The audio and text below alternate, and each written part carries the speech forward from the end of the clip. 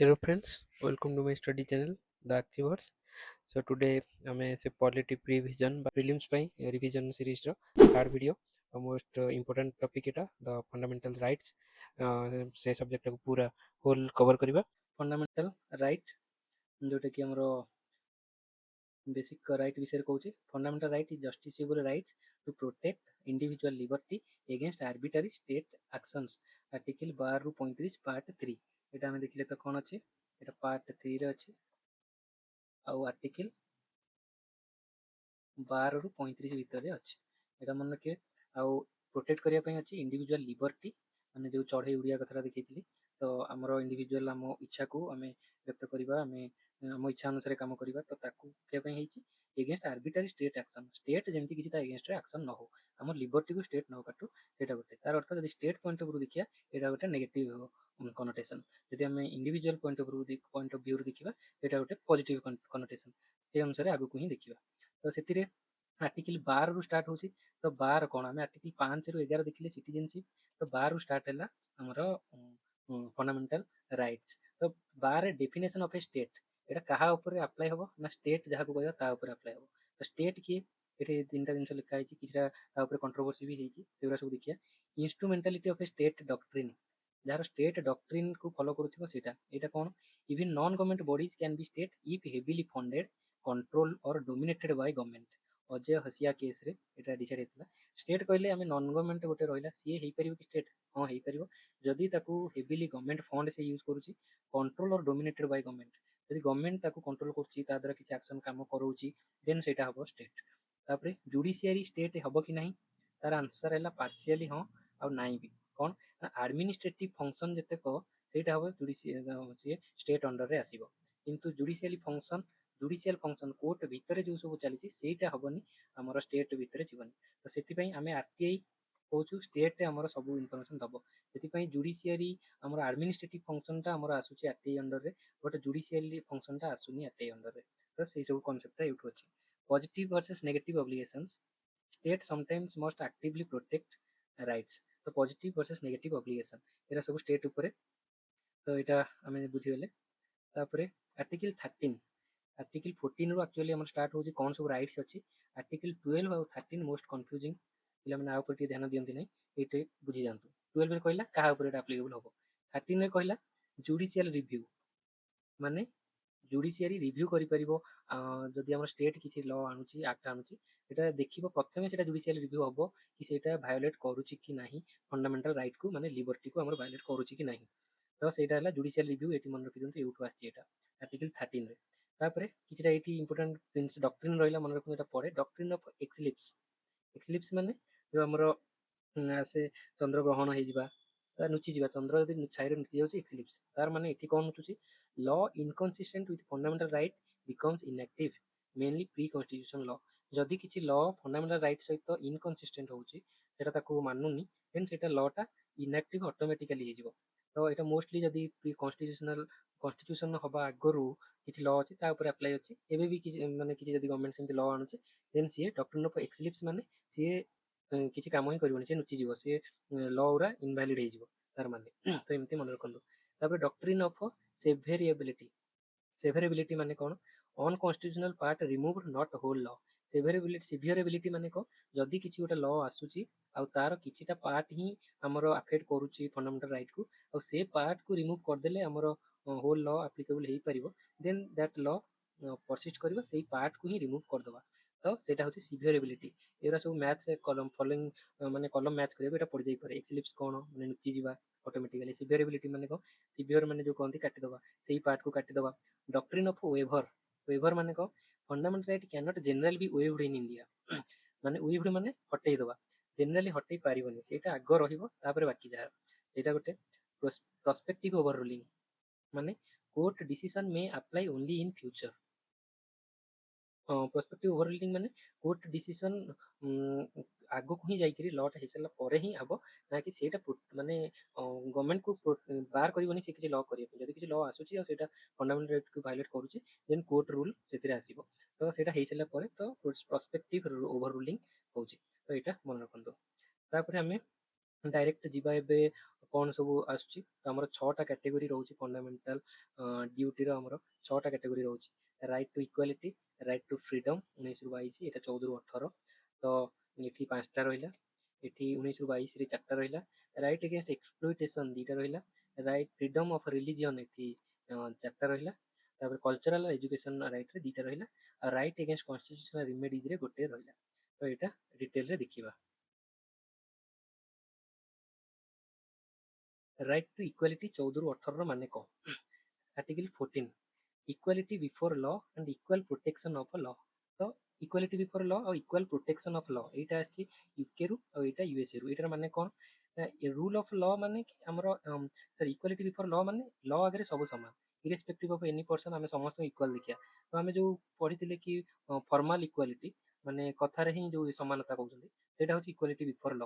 କିନ୍ତୁ equal protection of ଲ ମାନେ ଲ ସହିତ ଆମେ ସମସ୍ତଙ୍କୁ ପ୍ରୋଟେକ୍ଟ କରିବା ସହ ଲ ସମସ୍ତଙ୍କ ପାଇଁ ଜଷ୍ଟିଫାଏଡ୍ କି ନାହିଁ ସେଇଟାକୁ କ୍ୱେଶ୍ଚିନ୍ କରିବା ହଉଛି ଇକ୍ୱାଲ ପ୍ରୋଟେକ୍ସନ ଅଫ ଲ। ତ ଆମେ ଡିସାଇଡ୍ କରିବା କି ସୋସିଆଲ ଜଷ୍ଟିସ୍ ଲଟା ରିଜନେବୁଲ କି ନାହିଁ, ସେଇଟା ହଉଛି ରିଜନେବୁଲ ଲେସ୍ ଅଫ ଏନି ଲ, ସେଇଟାକୁ କ୍ୱେଶ୍ଚିନ୍ କରିବା ହଉଛି ଇକ୍ୱାଲ ପ୍ରୋଟେକ୍ସନ ଅଫ ଲରେ ଆସୁଛି। ଏଇଟା ମନେ ରଖିବେ, ରିଜନେବୁଲନେସ୍। ତ ସେଇଟା ହଉଛି ଇକ୍ୱାଲ ପ୍ରୋଟେକ୍ସନ ଅଫ ଲ। ତ ସେଇ ତାରି ଅଣ୍ଡରରେ ଆମ ରିଜର୍ଭେସନ ପ୍ରିନ୍ସିପଲ ଆସିଯିବ। Unequal treatment, treat equals equally, unequals unequally, equity principle ଯୋଉଟା, ସେଇଟା ମନେ ରଖିବେ। Equal versus equity, equality versus equity କହିଲେ equality before law, equal protection of law, ସେଇଟା ବୁଝିଯିବେ। ସେଇଟା ୟୁଏସଏ ରୁ, ସେଇଟା ୟୁକେ ରୁ ଆସିଛି। ଦେନ୍ ଆଉ ଗୋଟେ କନସେପ୍ଟ ଆସିଲା ରୁଲ୍ ଅଫ ଲ ଆଉ ଆବସେନ୍ସ। ତାର ମାନେ କ'ଣ? ରୁଲ୍ ଅଫ ଲ, ଲର ହିଁ ରୁଲ୍ ରହିବ ସେଠି, କାହାର କୋଉ ଗଭର୍ଣ୍ଣମେଣ୍ଟର କୋଉ ସଂସ୍ଥାର କାହାର ଏଠି ରୁଲ୍ ରହିବନି, ଲର ହିଁ ରୁଲ୍ ରହିବ। ଲର ରୁଲ୍ ମାନେ ଗୋଟେ ଗଭର୍ଣ୍ଣମେଣ୍ଟ ବାଇ ଲ ହେଇଛି, ସେ ତାରି ଅଣ୍ଡରରେ ହିଁ ରୁଲ୍ କରିବ। ଯାହା ରୁଲ୍ ଅଛି ସେଇ ଅନୁସାରେ ସବୁ ହବ। ଆର୍ବିଟାରିନେସ୍ କମ୍ ହେଇଯିବ, କିଛି ଆମର ଆର୍ବିଟାରିନେସ୍ ରହିବନି। ଯୋଉ ଗଭର୍ଣ୍ଣମେଣ୍ଟ ଯୋଉଟା କରୁଛି ତାର ରୁଲ୍ ଅନୁସାରେ କରିବ। ଆଉ ଇକ୍ୱାଲିଟି ସୁପରମାସି ଅଫ ଲ, ଲର ହିଁ ସୁପରମାସି ହବ, ନା କି କୋଉ କିଏ ପାୱାରରେ ଅଛି ତାର ହବନି। ରିଜନେବୁଲ କ୍ଲାସିଫିକେସନ କ'ଣ? ଏ ଗୋଟେ ଇମ୍ପୋର୍ଟାଣ୍ଟ କନସେପ୍ଟ, ଏଇଟା ମନେ ରଖିବେ। ରିଜନେବୁଲ କ୍ଲାସିଫିକେସନ ମାନେ କି ଗୋଟେ ଲ ଧର ଅଛି, এটা ସମସ୍ତଙ୍କୁ ଇକ୍ୱାଲି ଆପ୍ଲିକେବୁଲ ହବ ତାର ମାନେ ନୁହେଁ।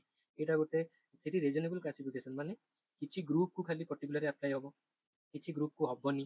ଇଣ୍ଟେଲିଜିବଲି ଡିଫରେନ୍ସିଆ ମାନେ ଗୋଟେ ଗ୍ରୁପକୁ ଡିଷ୍ଟିଂଗୁଇଶ କରାହେଇଛି, ଗୋଟେ ନାହିଁ। ଧର ଆମର ଗୋଟେ ଲ ଆସିଲା, ସେଇଟା ଖାଲି ହିନ୍ଦୁମାନଙ୍କ ପାଇଁ ଆପ୍ଲିକେବୁଲ, ସେଇଟା ମୁସଲମାନଙ୍କ ପାଇଁ ସେଇଟା ହେଇପାରୁନି, ଦେନ୍ ତାଙ୍କ ପାଇଁ ହେବନି। ଏଇସବୁ ଜିନିଷ ବେସିସରେ ତାଙ୍କୁ ଜଣାହେଇଛି। ତାପରେ ଗୋଟେ କିଛି ଗୋଟେ ଲ ଆସୁଛି ଯୋଉଟା ସିନିୟର ସିଟିଜେନ ମାନେ ଫଲୋ କରିପାରିବେ ନାହିଁ, ତ ସେଇଟା ତାଙ୍କ ପାଇଁ ଆପ୍ଲିକେବୁଲ ନୁହେଁ। ଆଉ ଇକୋନୋମିକାଲି ୱିକର ସେକ୍ସନ ପାଇଁ ସେ ଗୋଟେ ହିଷ୍ଟୋରିକାଲ ଇନଜଷ୍ଟିସ୍ ନୁହେଁ, ବଟ୍ ଏବେ ସେମାନେ ଡିସଆଡଭାଣ୍ଟେଜ ଅଛି, ତାଙ୍କ ପାଇଁ କିଛି ଲ ଆଣିବା। ତ ଇଣ୍ଟେଲିଜିବୁଲ ଡିଫରେନ୍ସିଆ ଆଉ ରେସନାଲ ନିକ୍ସସ୍, ରେସନାଲ ବେସିସରେ ରିଜନେବୁଲ କ୍ଲାସିଫିକେସନ ବି କରିପାରିବ। ତ ଏଇସବୁ ଜିନିଷ ଅଛି। ତାପରେ ମାନିଫେଷ୍ଟ ଆର୍ବିଟାରିନେସ୍, ଆର୍ବିଟାରି ଲଜ୍ ତାର ମାନେ ଯୋଉ ଲଟା ଆର୍ବିଟାରିନେସ୍ ମାନିଫେଷ୍ଟ କରୁଛି, ମାନେ ସେଥିରେ ବହୁତ ଆର୍ବିଟାରିନେସ୍ ରହୁଛି, ମାନେ ଗୋଟେ କଂକ୍ରିଟ କିଛି ନାହିଁ, ତ ସେଇଟାକୁ ଆର୍ଟିକଲ 14 କୁ ଭାয়োଲେଟ୍ କରୁଛି ବୋଲି ତାକୁ କଟାଯାଇ ପାରିବ। ତାପରେ ସବଷ୍ଟାନ୍ସିଭ ଇକ୍ୱାଲିଟି ଆମେ ଡିସ୍କସ୍ କରିସାରିଛେ, ମାନେ real equality basis of reservation and affirmative action, ମାନେ ଇକ୍ୱିଟି ୟାକୁ କହୁଛନ୍ତି। ଯୋଉଟା ମୁଁ କହିଥିଲି ରେସ୍ରେ ଦୌଡ଼ିବା କି ଗୋଟେ ମ୍ୟାଚ୍ ଦେଖିବା, ସେଠି ଫର୍ମାଲ ଇକ୍ୱାଲିଟି ଭର୍ସେସ୍ ସବଷ୍ଟାନ୍ସିଭ ଇକ୍ୱାଲିଟି, ସେଇଟା ମୁଁ ଭଲସେ ମାନେ ଡିସ୍କସନ୍ କରିସାରିଛି। ତାପରେ ଆର୍ଟିକଲ 15 କହିଲେ କ'ଣ ବୁଝିବା? ଏଠି no ଡିସ୍କ୍ରିମିନେସନ, no ଡିସ୍କ୍ରିମିନେସନ।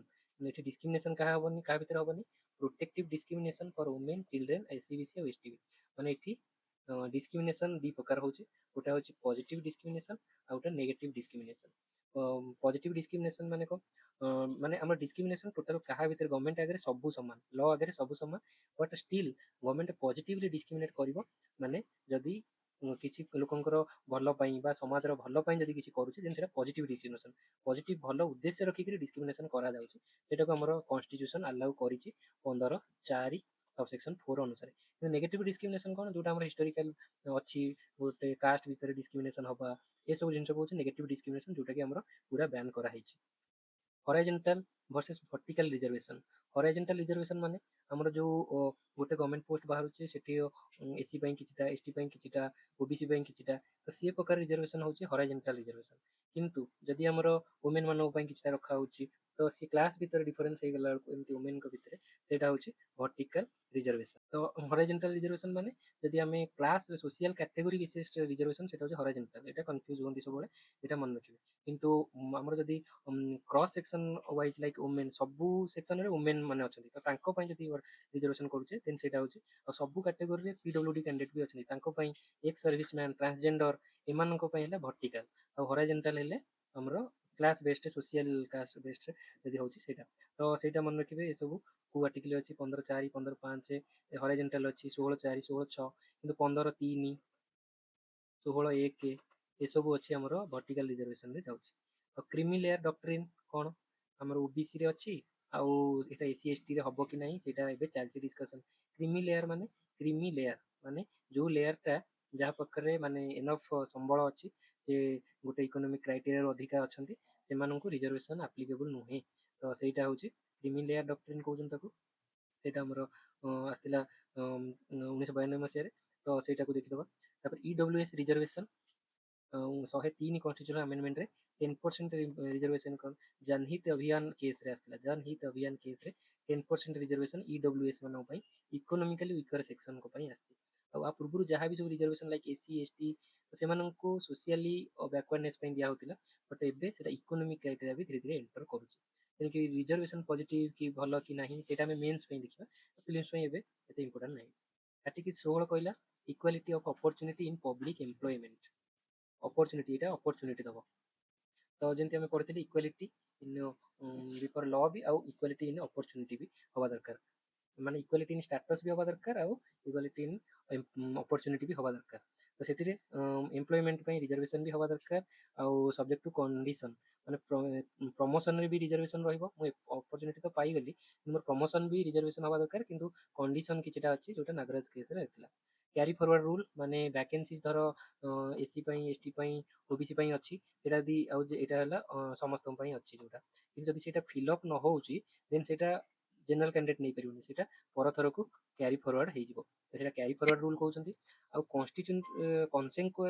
କନସିକୁଏନ୍ସିଆଲ seniority may be granted in some cases, ମାନେ ତାଙ୍କୁ ସିନିୟରିଟି ବି କିଛିଟା କେସରେ ଦିଆଯାଇ ପାରିବ ବୋଲି କୁହାଯାଉଛି। ତାପରେ ଆର୍ଟିକଲ 17 ଏଇଟା ହେଉଛି ଅନଟଚେବିଲିଟି। ଏଇଟା ମନେ ରଖିବେ कि एटा फुल फॉर्म रे एटा हमर 1950 रु गोटे आर्टिकल जे कि तार किछि रीजनेबल रेस्ट्रिक्शन बा किछि नाही, एटा फुल फॉर्म रे एटा applicable in all forms. Untouchability is banned, covers only social disability, माने practices based on untouchability, not every social exclusion. Socially exclusion सबको आम करूनु। तो लाइक धर आम एटा हिंदू, आम घर गोटे मुसलमान आसुनी, सेटा को कवर करा होनी। किंतु अनटचेबिलिटी लाइक हमर कास्ट बेस्ड, सोशल बेस्ड जदि आम करूचे कि ये हमर एसटी कैटेगरी आछि कि एसी कैटेगरी आछि, से प्रकार जिनस को आम पूरा बैन करूचे। तो एटा मन रखिबे, एटा होली एप्लीकेबल। तापर article 18 as abolition of titles. Title माने मु एकना राजा महाधिराज, मु प्रिंसली स्टेट रे थिली, मो बापा राजा थिले कि मो अजा राजा थिले, मु तांको पुओ राजाधिराज। तो सिटी जो अनइक्वाल फीलिंग हबो, तो आगुरु जमीदार द्वारा बहुत प्रताड़ित होथिले। तो गोटे जमीदार सी ता पाखरे जमी बहुत अछि, तो इक्वाल इकोनॉमिकली से स्ट्रांग अछि, सेटार गोटे टाइटल कहबो कि मु राजा एठिकार, मते राजा डाकिबो तमे निहाती। तो से प्रकार टाइटल को एबोलिश करा हिची, कोनोसी अनइक्वाल फीलिंग ही रहइबनी। प्रिभिलेज जोटा क्रिएट करूची सेमिति रहिबो नाही। ସେଥିପାଇଁ ଆମର କୁହାଯାଏ ଯୋଉମାନେ ଆମର ପାଉଛନ୍ତି ଭାରତ ରତ୍ନ, ଭାରତ, ତ ସେଇଟାକୁ ଭାରତ ରତ୍ନ ଇଏ ବୋଲି କୁହାଯାଏ ନାହିଁ, ସେଠି ଲେଖାଯାଏ ନାହିଁ। ତ ଯୋଉଥିରେ କି ତାଙ୍କୁ କିଛି ପ୍ରିଭିଲେଜଡ ଫିଲ୍ ହବ କି ମତେ ଇନଫେରିୟର ଫିଲ୍ ହବ, ସେମିତି ହବ ନାହିଁ। एक्सेप्शंस मिलिटारी एकेडमिक डिस्टिंक्शंस, माने डॉक्टर मेजर प्रोफेसर एटा लागि पारिबो, से माने प्रोफेशनली एटा यूज करूछन्ती डॉक्टर सी समथिंग, तो जणा पड़िबो कि लोकटा डॉक्टर अछि, तो जागार हेल्प हेई परिबो, मु बाटर जाउछि डॉक्टरटा अछि से मते हेल्प हेई परिबो देह खराब हेले, तो सेठी से माने सब यूज करि पारिबे। और भारत रत्न पद्म अवार्ड्स आर नॉट टाइटल्स। ये भारत रत्न और पद्म अवार्ड एमान को टाइटल बोली कंसीडर करा होनी, ये जस्ट रिकॉग्निशंस, से ताकू रिकॉग्नाइज कराला तांकर डिस्टिंग्विश्ड सर्विसेज पई, बट से ताकू टाइटल भाबे यूज करि परिबे नाही। तो एतिक हे गेला आर्टिकल राइट टू इक्वालिटी। एटा गला हमर पांचटा आर्टिकल ता अंडर रे रहिला।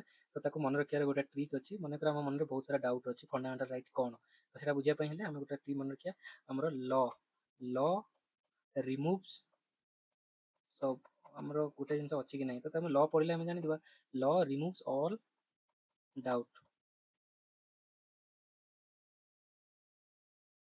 ऑल डाउट, एमती मन रखिया। लॉ रिमूव्स ऑल डाउट माने लॉ रहला equality before law article 14, removes all doubt, D रे डिस्क्रिमिनेशन आर्टिकल 15, ओ रे आर्टिकल 16, तापरे यू बी जोटा अछि यू रे अनटचेबिलिटी, टी रे हला टाइटल, सॉरी यू रे हला आर्टिकल 17, टी हला article 18, law removes all doubt. तो एटा मन रखिबे। Then right to freedom. Right to ଫ୍ରିଡମ୍ରେ ସବୁଠାରୁ ଏକ୍ସଟେନ୍ସିଭ୍ ରାଇଟ୍ ହେଉଛି ଏଇଟା। ଏଠାରେ ବହୁତ ସାରା ଡିଟେଲରେ ଟିକେ ଦେଖିବାକୁ ପଡ଼ିବ, ବହୁତ ସାରା କୋଶ୍ଚିନ୍ ଆସେ। ତ 19 ରୁ 22 ସେଇଟା ଆ ଭିତରେ 5ଟା ଆର୍ଟିକଲ ଅଛି, ତା ଦେହରେ 21A ଗୋଟେ ପଶିଛି, ସେଇଟା ଟିକେ ମନେ ରଖିବେ, ଏଇଟା କନଫ୍ୟୁଜିଂ ସବୁବେଳେ ଥାଏ। ପଡ଼ିଗଲେ ରାଇଟ୍ ଟୁ ଫ୍ରିଡମ୍ ଆମେ 19 ରୁ 22 ଜାଣିଦେବା, ଆମେ ଗଣିଦେବା 19, 20, 21, 22, 4ଟା ନାହିଁ, ଏଥିରେ 5ଟା ଅଛି। ତ right to freedom, right to 19ରେ ରହିଲେ ଫ୍ରିଡମ୍, ଏଥିରେ 6ଟା ଫ୍ରିଡମ୍ ରହିଲା। ତ ଲିବର୍ଟି ବୋଲି ଯୋଉ ଜିନିଷଟା କହୁଛେ ଏଠି ମୁଖ୍ୟ, ଏଇଟା ତାର ମାନେ ହେଲା ସେଇଟା। ତ ଏଥିରେ 6ଟା ଫ୍ରିଡମ୍ ରହୁଛି, କ'ଣ କ'ଣ?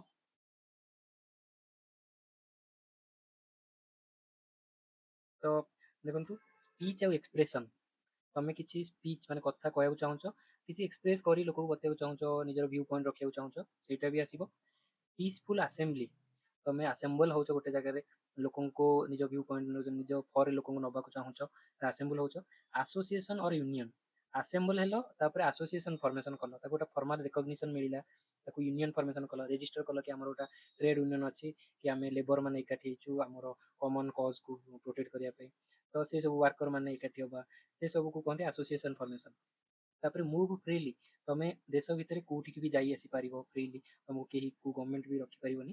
ଇନ୍ କେସ୍ ତାର ଇନର ଲାଇଟ୍ ପରମିଟ୍ ଏରିଆ ହେଲା, ସେଠିକାର କିଛି ଜଙ୍ଗଲ ଅଛି କି ନ୍ୟାସନାଲ ପାର୍କ ହେଲା ଯୋଉଠିକି ଜୀବଜନ୍ତୁଙ୍କୁ ହାମ୍ପର ନ ହଉଛି, ସେଠି ଯାଇପାରିବ। ଆଉ ରିସାଇଡ୍ ଆଣ୍ଡ ସେଟେଲ୍, ଯେକୌଣସି ଜାଗାକୁ ଯାଇକିରି ସେଟା ରେଷ୍ଟ୍ରିକ୍ଟେଡ୍ ଏରିଆ ନ ହେଇଥିବ ଯଦି, ସେଠି ତମେ ରହିପାରିବ, ସେଠି ତମେ ସେଟେଲ୍ ମାନେ ମାନେ ସେଠି ତମେ ଘର ବସତି ସ୍ଥାପନ କରିପାରିବ, ସେ ଲୋକଙ୍କ ସହିତ ମିଶିପାରିବ ସେଇଟା। ଆଉ ପ୍ରଫେସନ୍ ଅକୁପେସନ୍, ତମେ ଯେକୌଣସି ଅକୁପେସନ୍ ବା ପ୍ରଫେସନ୍ ତମେ ଚୁଜ୍ କରିପାରିବ। ତ ସେଇଟା ମନେ ରଖିବ, 6ଟା ଆମର ହେଇଗଲା। ତ ଏଇଟା ମନେ ରଖିବାର ଗୋଟେ ଉପାୟ ହେଲା କ'ଣ ନା, ଗୋଟେ ହଉଛି କି ଜଣେ ଗୋଟେ ଲୋକ ଗଲା, ସିଏ ପ୍ରଥମେ ଆସିଛି ଧର ଇଣ୍ଡିଆକୁ ଆସିଛି ପ୍ରଥମେ, ତ ସିଏ ଚାହୁଁଛି ସିଟିଜେନସିପ୍ ପାଇଁ ବା ଏଠି ରହିବାକୁ ଚାହୁଁଛି। ସେ ପ୍ରଥମେ କ'ଣ କରିବ, ସେ ନିଜ କଥା କହିବ ପ୍ରଥମେ। ତ ଏକ୍ସପ୍ରେସନ୍ କରିବ କି ମୁଁ ଚାହୁଁଛି, ସେ ପ୍ରଥମେ କଥା କହିଲା। ତାପରେ କିଛି ଲୋକଙ୍କୁ ଏକାଠି କଲା କି ମତେ ଦିଆଯାଉ, ମୁଁ ଏଠି ବାସିନ୍ଦା, ତ ମତେ ଏଠି ଦିଆଯାଉ, ମାନେ ରହିବାକୁ ଦିଆଯାଉ। ପ୍ରଥମେ ପିସଫୁଲି ସମସ୍ତଙ୍କ ସହିତ ମିଶିଲା। ତାପରେ କିଛି ଲୋକଙ୍କ ସହିତ ମିଶି ଆସୋସିଏସନ୍ କଲା। ଧର ଗୋଟେ ଲୋକଟା ଆସିଛି ବିଜନେସ୍ କରିବା ପାଇଁ, ସରି ତ ବିଜନେସ୍ କରିବା ପାଇଁ, ସେ କ'ଣ କଲା, ଆସୋସିଏସନ୍ ଫର୍ମେସନ୍ କଲା।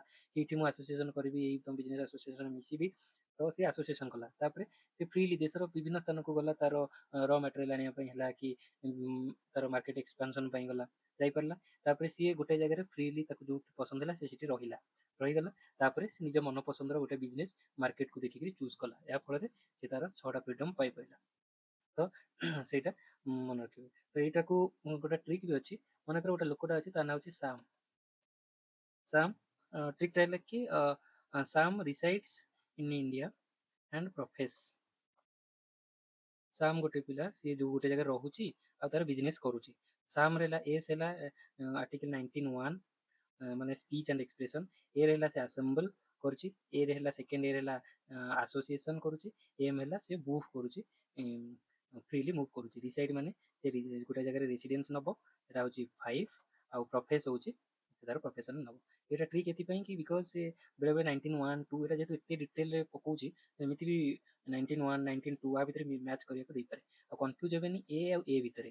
ଏ ଆଉ ଏ ଭିତରେ ସେ ପ୍ରଥମେ ଆସୋସିଏସନ୍ କରିବ, ଲୋକଙ୍କ ସହିତ ଟିକେ ମିଶିବ, ତାପରେ ସରି ଆସେମ୍ବଲ ହବ, ଟିକେ ମିଶିବ, ତାପରେ ଆସୋସିଏସନ୍। ଆସୋସିଏସନ୍ଟା ସବୁବେଳେ ଫର୍ମାଲ ଜିନିଷଟା, ସେଟା ରେଜିଷ୍ଟର କରିବାକୁ ପଡ଼େ ବା ୟୁନିଅନ୍ ଯୋଉଟା ଟ୍ରେଡ୍ ୟୁନିଅନ୍, ସେଟା ଗୋଟେ ଟାଇପ୍ ଅଫ୍ ଆସୋସିଏସନ୍, ସେଟା ସେକେଣ୍ଡରେ ଆସିବ। ତ SAAM, ସାମ୍ ରିସାଇଡ୍ସ ଆଣ୍ଡ ପ୍ରଫେସେସ୍। ତାପରେ ଆର୍ଟିକଲ 20, 20 ଆର୍ଟିକଲ କ'ଣ ହେଲା ନା, କନଭିକ୍ସନ୍।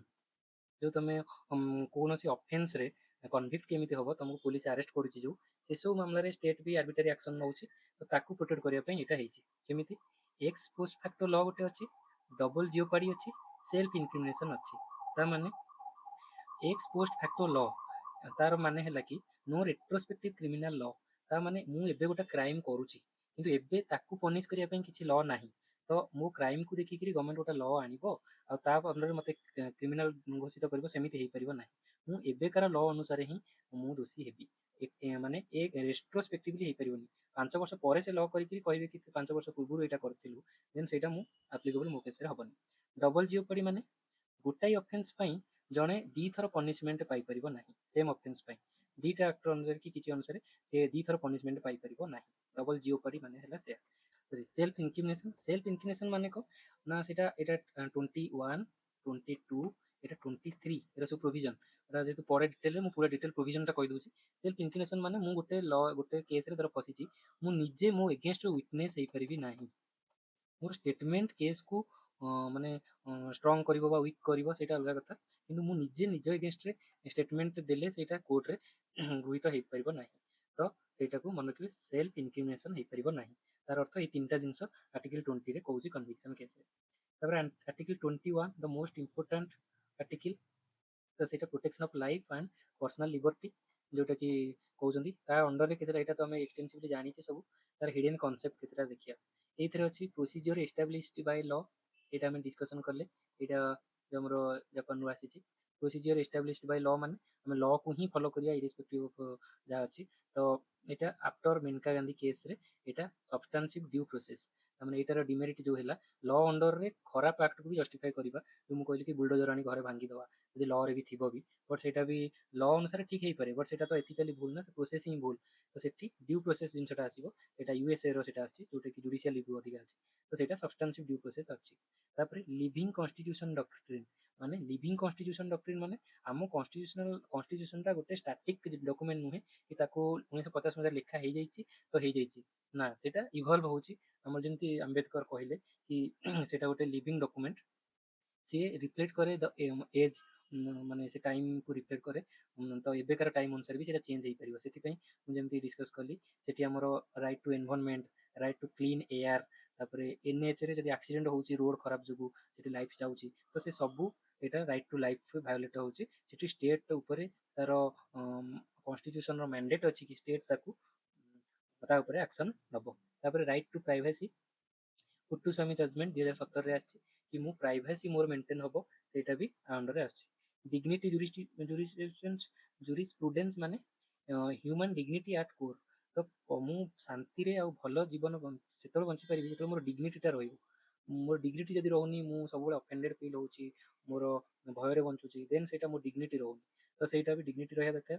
ଏନଭାରନମେଣ୍ଟାଲ ଜୁରିସ୍ପ୍ରୁଡେନ୍ସ, ଯୋଉ clean environment, pollution free life, ଏସବୁ ହବା ଦରକାର। ତ ଏସବୁ ବି ଆସିଛି। ଆମର ମେହତା କେସ୍ ଗୋଟେ ଅଛି, ତ ସେଇଟା ଆମର ଏନଭାରନମେଣ୍ଟାଲ ଜୁରିସ୍ପ୍ରୁଡେନ୍ସ, ସେଇଟା କହୁଛନ୍ତି ମେହତା କେସ୍, ତ ଏଇଟା ମନେ ରଖିବେ। ତାପରେ ପ୍ରିଜନର୍ସ ରାଇଟ୍, ଇଭେନ୍ ଇଫ୍ ଯୋଉମାନେ କନଭିକ୍ଟେଡ ଅଛନ୍ତି, ପ୍ରିଜନର ଅଛନ୍ତି, ତାଙ୍କର ବି ଡିଗ୍ନିଟି, ଆଉ ସେମାନେ କେମିତି ଭଲରେ ବଞ୍ଚିବେ, ସେଥିପାଇଁ ଜେଲ ରିଫର୍ମ, ଯୋଉ ଜେଲରେ ତାଙ୍କ କଣ୍ଡିସନ ଠିକ ଅଛି କି ନାହିଁ, ତ ତାଙ୍କୁ ବି କିଛିଟା ରାଇଟ୍ ତାଙ୍କ ପାଇଁ ଅଛି, ରାଇଟ୍ ଟୁ ଲାଇଫ ତାଙ୍କର ଅଛି, ତ ସେଇଟା ବି ମେଣ୍ଟେନ୍ କରିବା କଥା state. Right to die versus right to die with dignity, ମରିବାର ମାନେ ଅଧିକାର ଆଉ ଡିଗ୍ନିଟି ସହ ମରିବାର, ତା ଭିତରେ ବି ଡିଫରେନ୍ସ ଅଛି। Passive euthanasia is allowed in certain cases, ତ ରାଇଟ୍ ଟୁ ଡାଏ ମାନେ ମୁଁ ବଞ୍ଚିବାର ତ ଅଧିକାର ହେଲା, କିନ୍ତୁ ମୋ ଇଚ୍ଛା ଅନୁସାରେ ମରିପାରିବି କି ନାହିଁ, ସେଇଟା ଗୋଟେ କୋର୍ଟରେ ଆସିଛି। ତାପରେ ରାଇଟ୍ ଟୁ ଡିଗ୍ନିଟି ମାନେ ମୋର ଏଇନା ମୁଁ ପଇସା ବାରରେ ବୁଡି ଯାଇଛି ଆଉ ମୁଁ ମରିବାକୁ ଚାହୁଁଛି, ଦେନ୍ ସେଇଟା ରାଇଟ୍ ୱିଥ୍ ଡିଗ୍ନିଟି ହେଲାନି, ମୁଁ ସେମ୍ରେ ମରୁଛି, ମୁଁ ମୋର ବଞ୍ଚିବାକୁ ଇଚ୍ଛା ହଉନି ବୋଲି ମୁଁ ମରୁଛି, ଦେନ୍ ସେ କେସରେ ମୋର ରାଇଟ୍ ଟୁ ଡାଏ ନାହିଁ। କିନ୍ତୁ ରାଇଟ୍ ୱିଥ୍ ଡିଗ୍ନିଟି ମୋର ଅଛି, ଏଇଟା ମନେ ରଖିବେ।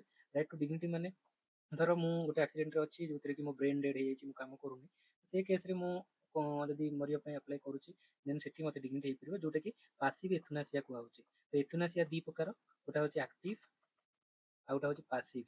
ଏଥୁନାସିଆ, ଏଥୁଆନାସିଆ ମାନେ ୟୁଥାନାସିଆ ମାନେ କି ତମର ଯଦି ଲାଇଫ ସପୋର୍ଟ ଦେଲେ ତମେ ମୃତ୍ୟୁବରଣ କରୁଛ, ତାକୁ ଏଥୁନାସିଆ କହୁଛନ୍ତି। ଆକ୍ଟିଭ ମାନେ ତମେ ବ୍ରେନ୍ ଡେଡ୍ କଣ୍ଡିସନରେ ଅଛ, ତମକୁ ବିଭିନ୍ନ ପ୍ରକାର ସପୋର୍ଟ ଦିଆହଉଛି, ଆକ୍ଟିଭଲି ଅକ୍ସିଜେନ ଦିଆହଉଛି, ତମର ଖାଦ୍ୟ ଲିକ୍ୱିଡ ଖାଦ୍ୟ ଦିଆହଉଛି, ମେଡିକାଲ କଣ୍ଡିସନ ତମ ପାଇଁ ଅଛି ଯୋଉଥିପାଇଁ ତମେ ବଞ୍ଚିଛ, ତ ତମେ ମରିପାରିବ। ଏବେ ଦି ପ୍ରକାର, ମୁଁ ତମକୁ ବିଷ ଦେଇଦେବି କି କିଛି କେମିକାଲ ଦେଇଦେବି, ତମେ ମରିଯିବ, ତ ସେଇଟା ହେଲା ଆକ୍ଟିଭ ଏଥୁନାସିଆ। ଏ ଯୋଉ ଏଥୁନାସିଆ ତ କହୁଛନ୍ତି। ଆଉ ପାସିଭ ଏଥୁନାସିଆ କୋଉଟା, ନା ମୁଁ ଯୋଉ ସବୁ ତମକୁ ଅକ୍ସିଜେନ ଯୋଉ ମେଡିକାଲ ସପୋର୍ଟ ଯଦି ରିମୁଭ କରିଦେବି, ଦେନ୍ ତମେ ଏମିତିରେ ବି ମରିଯିବ, ଦେନ୍ ସେଇଟା ପାସିଭ ଏଥୁନାସିଆ। ତ ଆମ ଇଣ୍ଡିଆରେ ସେ ପାସିଭ ଏଥୁନାସିଆକୁ ଆଡପ୍ଟ କରାହେଇଛି। ପାସିଭ ଏଥୁନାସିଆ ଇନ୍ ଦ କେସ୍ ମାନେ କଣ, ଆମ ଗଭର୍ଣ୍ଣମେଣ୍ଟ ବା ଆମ କନଷ୍ଟିଟ୍ୟୁସନ, ଆମେ ହିଷ୍ଟୋରିକାଲି ଆମେ ଗୋଟେ ଉଦାରବାଦୀ, ଆମର ଆମେ ରହିଛେ ଲୋକ, ଆମର ଗଭର୍ଣ୍ଣମେଣ୍ଟ ସବୁବେଳେ ଉଦାରବାଦୀ ଗଭର୍ଣ୍ଣମେଣ୍ଟ ଆମର ବୋଲି ଭାବୁ, ଆମେ ନିଜେ ଆମକୁ ବି ଉଦାରବାଦୀ ଭାବୁ। ସେଥିପାଇଁ ଆମେ ଜୀବନଟା କାହାକୁ ନବାନି। ଆମର ଜୈନିଜିମ୍, ବୁଦ୍ଧିଜିମ୍, ଜୈନିଜିମ୍ ଉଦାରବାଦୀର ଏକ୍ସଟ୍ରିମ ଫର୍ମ, ମାନେ ସିଏ ଗୋଟେ ଜୀବକୁ ମାରିବେନି ଖାଇବା ପାଇଁ, ସେଥିପାଇଁ ସେ ଚାଷ ବି ବନ୍ଦ କରିଦେଲେ କାଳେ ସେଠି ଗୋଟେ ଜିଆ ମରିଯିବ। ତ ଆଉ ବୁଦ୍ଧିଜିମ୍ ସେ ଟିକେ କମ ଥିଲା, ଯୋଉଥିରେ କି ସିଏ ବି ସବୁ ଜୀବକୁ କେମିତି ଆମେ ହ୍ୟାମ୍ପର ନ କରିବା, ତାକୁ କ୍ଷତି ନ ପହଞ୍ଚେଇବା। ତ ଆମେ ଉଦାରବାଦୀ ଆମ ଧର୍ମରେ ରହି ଆସିଛି, ତ ସେଇପାଇଁ ଆମେ କାହା ଜୀବନ ନେଇପାରିବାନି। ହଁ, ଆମେ ଏସବୁ ମାମଲାରେ ଟିକେ ହେଲେ ଦରକାର ପଡୁଛି ନେଇପାରିବା, ସେଇଟା ପାସିଭ ଏଥୁନାସିଆ ଫର୍ମରେ ହିଁ ନବା। ତ ଏ ପ୍ରକାର ଏଇଟା ମନେ ରଖିବେ। नेक्स्ट गला आर्टिकल 21 ए 21 ए जोटी मु कहिछि जोटी ए लागिथिबो आर्टिकल सेटा मन रखिबे सेटा परे इंट्रोड्यूस करा हिछि तो तार आर्टिकल टा जो अमेंडमेंट टा को ईयर रे सेटा मन रखिबे ए लागिछि माने एटा गोटे आर्टिकल तो प्रथम आर्टिकल आम देखिले जो ए लगी इंट्रोड्यूस है 21 ए रे राइट टू एजुकेशन गोटे एटा गोटे सेपरेट ऑल टुगेदर आर्टिकल तो राइट टू फ्रीडम अंडर रे सेटा आसुची तो से कौन एटा को अमेंडमेंट अना है 86th अमेंडमेंट एक्ट एटा मन रखिबे 86th कॉन्स्टिट्यूशन अमेंडमेंट एक्ट तो एटा 2002 रे अना हैतिला तापरे ताकू एनाक्ट करिया पई हेले गोटा कॉन्स्टिट्यूशन प्रोविजन रहिला माने ताकू इंप्लीमेंट करिवो हमर गवर्नमेंट ता पई गोटा एक्ट आनिबो से एक्ट आसला कोटा आरटी एक्ट 2009 रे आसिला आरटी एक्ट 2009 तो से कौन कराई छुआ मानू रईट हूँ एजुकेशन फ्री एजुकेशन से पाइबे स्टेट रू प्रोविजन दब स्टेट तो छुआ कहले क्या बुझेगा ना 6 वर्ष रु 14 वर्ष पर्यंत लोक पिला छुआ कहीपर वर्ष 6 रु 14 वर्ष से फ्री एजुकेशन पाइपर ये 6 रु 14 वर्ष कहीं कहूँ ना ये छुआ डेफिनेसन बहुत एक्ट अनुसार डिफरेन्ट आम जब गोटे छुआ को आम म्यारेज केस देखा तो से केस छुआ हूँ 18 वर्ष रु अधिक हम तो सेटा चेंज करा 21 करा होची बट 18 देन आमे गोटे ऑफेंस रे देखिबा से गोटे छुआ केते गोटे रेप होची सेठी से छुआ केते बळे से केस रे 18 कि 16 से केस रे हमर उठितिला जो हमर डेली जो निर्भया केस रे तो ए सब मामला अलग अलग तो एठी 6 रु 14 ताकू कहउचंती तापरे प्राइवेट स्कूल 25% रिजर्वेशन ईडब्ल्यूएस और वीकर सेक्शन पई रखिबो प्राइवेट स्कूल रे भी एटा गोटे लॉ एबे गोटे आर्टिकल आस्तिला हम डिस्कशन करूथिले मोर डेली क्लासेस रे कि एई प्रकार प्राइवेट स्कूल रो रिजर्वेशन टा हमको गवर्नमेंट स्कूल को बंद करके प्राइवेट स्कूल को माने प्रोविजन तांको फैसिलिटेट करूची कि तो से आर्टिकल से मेंशन करथिला कि नो एटा सेमिति करनथिला बिकॉज हमर लोक गवर्नमेंट स्कूल एथिपाई जाउनांति कि बिकॉज इट इंफ्रास्ट्रक्चर नाही ना कि प्राइवेट स्कूल को एटा दउची प्राइवेट स्कूल भलो इंफ्रास्ट्रक्चर अछि जदि सिटी हम रिजर्वेशन दउचे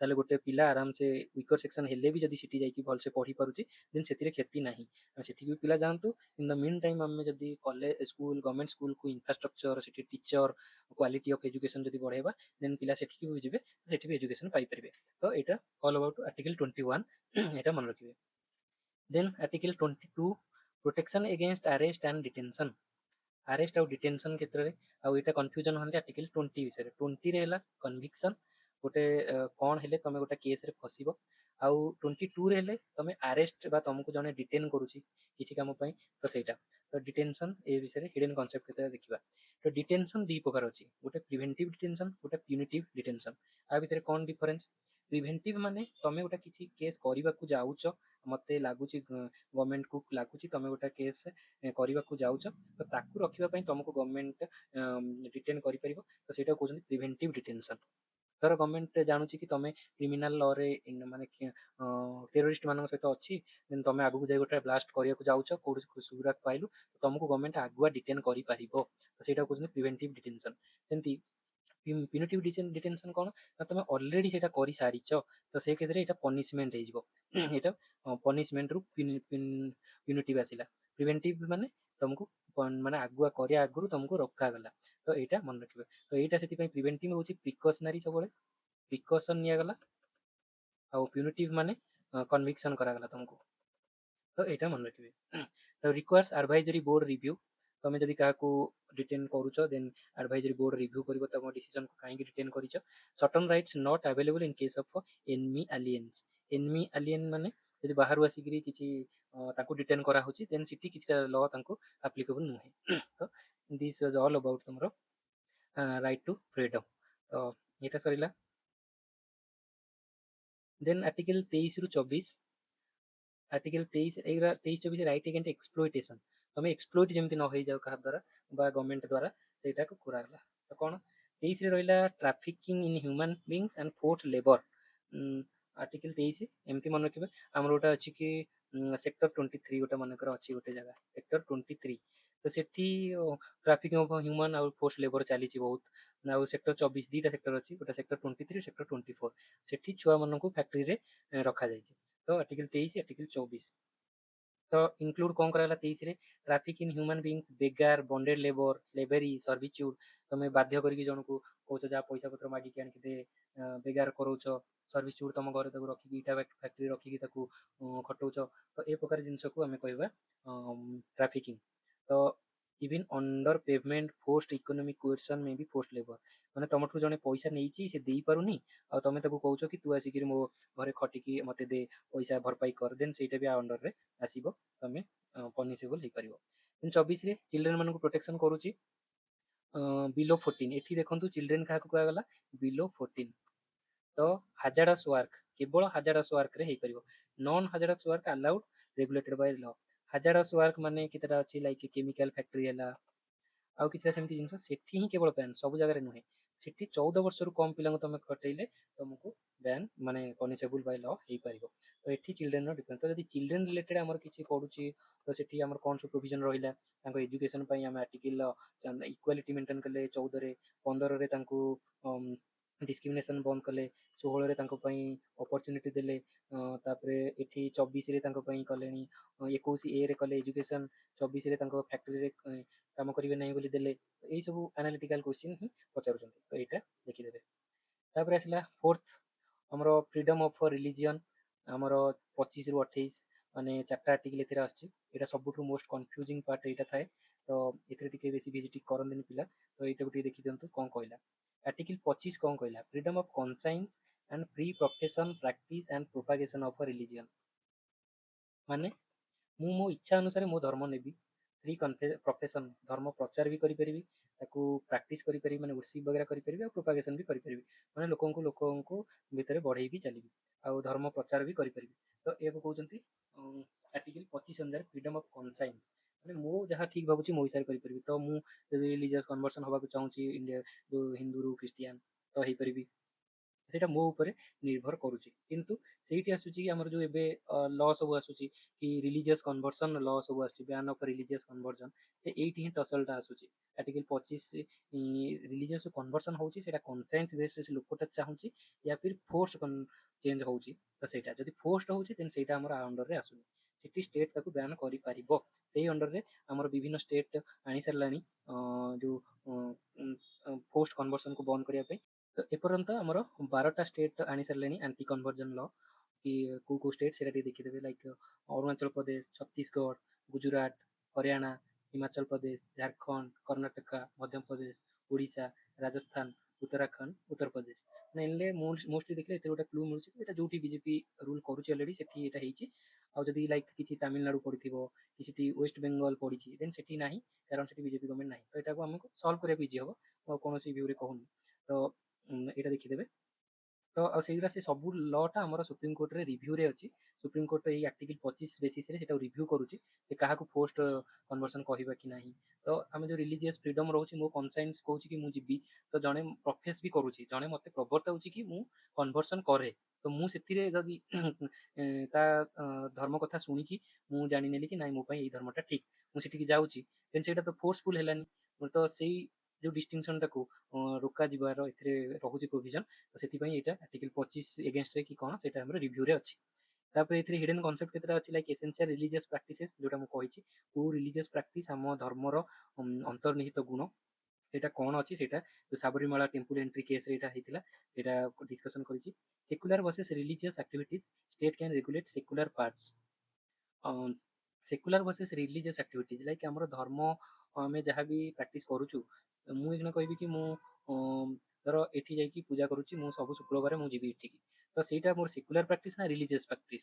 ତ ମୋର ମୁଁ ତାକୁ କହିବି କି ଏଇଟା ମୋର ରିଲିଜିୟସ୍ ପ୍ରାକ୍ଟିସ, ଏଥିରେ ଷ୍ଟେଟ୍ କିଛି ନ କରୁ ବା କଣ, ତ ସେଇଟା କୁ ଡିଫରେନ୍ସିଏଟ୍ କରିବାକୁ ପଡିବ। ଏଇଟା ସେକୁଲାର ପାର୍ଟ, ଏଇଟା ଧର୍ମ ସହିତ କିଛି ରିଲେସନ ନାହିଁ, ସେ କେସରେ ଷ୍ଟେଟ୍ କିଛି କରିପାରିବ ନାହିଁ।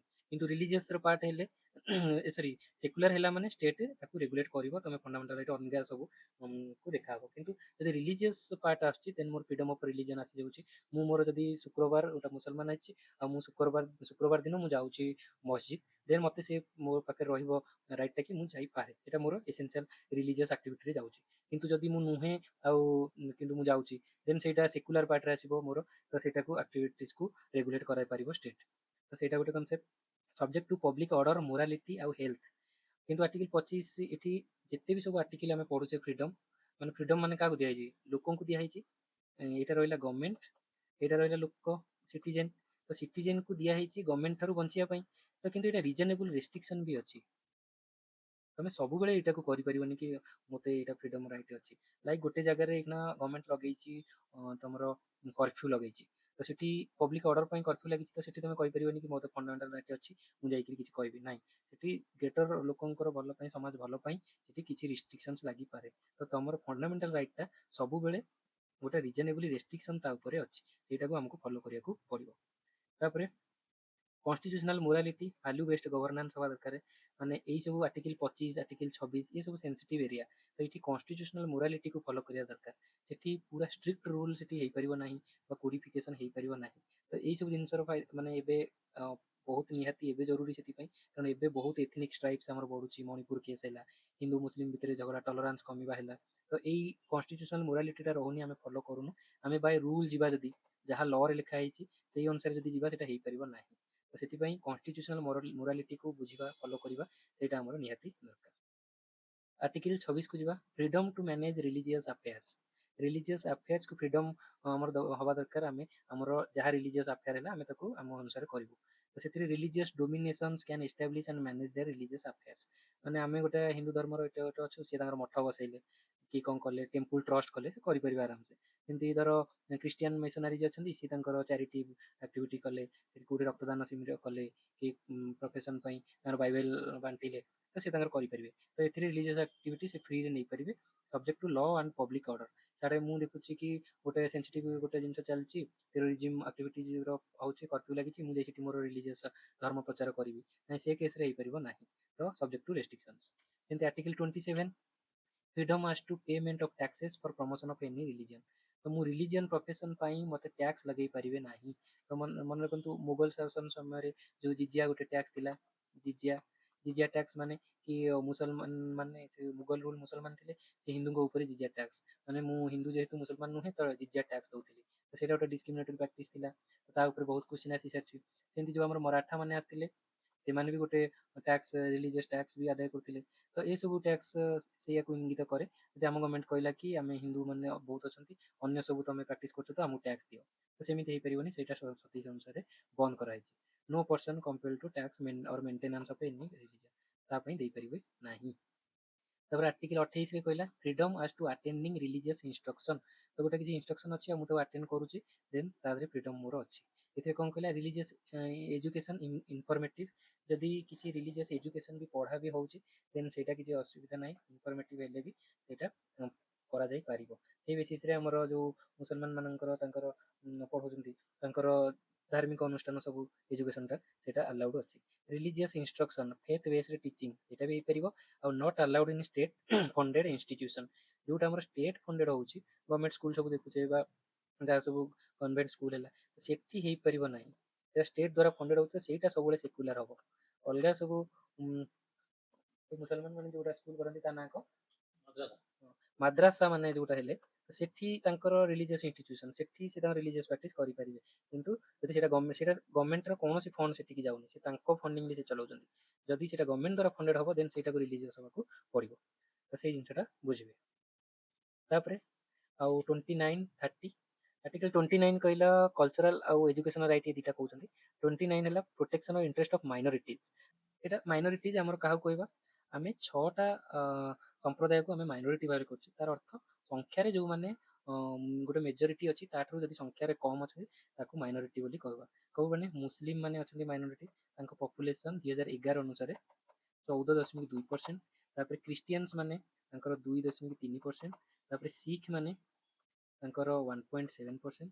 ଆଉ ବୁଦ୍ଧିଷ୍ଟ ମାନେ ତାପରେ 0.7%। ତାପରେ ଜେନ୍ ମାନେ 0.4%। ତାପରେ ପାର୍ସିସ୍ ବା ଜୋରାଷ୍ଟ୍ରିଆନ୍ସ ତାକୁ କହୁଛନ୍ତି 0.006%। ତ ଏମିତି ବି ପଡିଯାଇପାରେ କି ୟାଙ୍କୁ ସଜାଅ ତାଙ୍କର ପପୁଲେସନ ଉପରେ। ଆମେ ଜାଣିଛେ କି ଆମର ହିନ୍ଦୁ ତାପରେ ମୁସଲିମ ଆସୁଛନ୍ତି, ତ ଜାଣିଛନ୍ତି, ତାପରେ କନଫ୍ୟୁଜନ ହେବେ ଖ୍ରୀଷ୍ଟିଆନ, ଶିଖ, ବୁଦ୍ଧିଷ୍ଟ ଭିତରେ। ତ ଏଇଟା ଅର୍ଡର ମନେ ରଖିଦେବେ, ମୁସଲିମ ତାପରେ ଖ୍ରୀଷ୍ଟିଆନ ତାପରେ ଶିଖ, ବୁଦ୍ଧିଷ୍ଟ, ଜୈନ, ପାର୍ସି, ଏମିତି ଅଛନ୍ତି। ତ ଏଇଟା ତାଙ୍କର ଲାଙ୍ଗୁଏଜ, ସ୍କ୍ରିପ୍ଟ, କଲଚର ତାଙ୍କର ପ୍ରୋଟେକ୍ଟ କରିବା ପାଇଁ ଆମର ସେମାନେ କରିପାରିବେ, ତାଙ୍କୁ ଷ୍ଟେଟ୍ ଆକ୍ଟିଭଲି ସପୋର୍ଟ କରିବ। ଆଉ minority can be linguistic or religious. ଏଇଠି ମନେ ରଖିବେ, ଆମର ଦି ପ୍ରକାର ମାଇନରିଟିଜ ଅଛନ୍ତି, ଲିଙ୍ଗୁଇଷ୍ଟିକ୍ ମାଇନରିଟି ଆଉ ରିଲିଜିୟସ୍ ମାଇନରିଟି ବି କନସିଡର କରାଯିବ। ଇଏ ସବୁ ଯୋଉ 6ଟା ହେଲେ, ଇଏ ରିଲିଜିୟସ୍ ମାଇନରିଟି ଅଣ୍ଡରରେ ଆସୁଛନ୍ତି।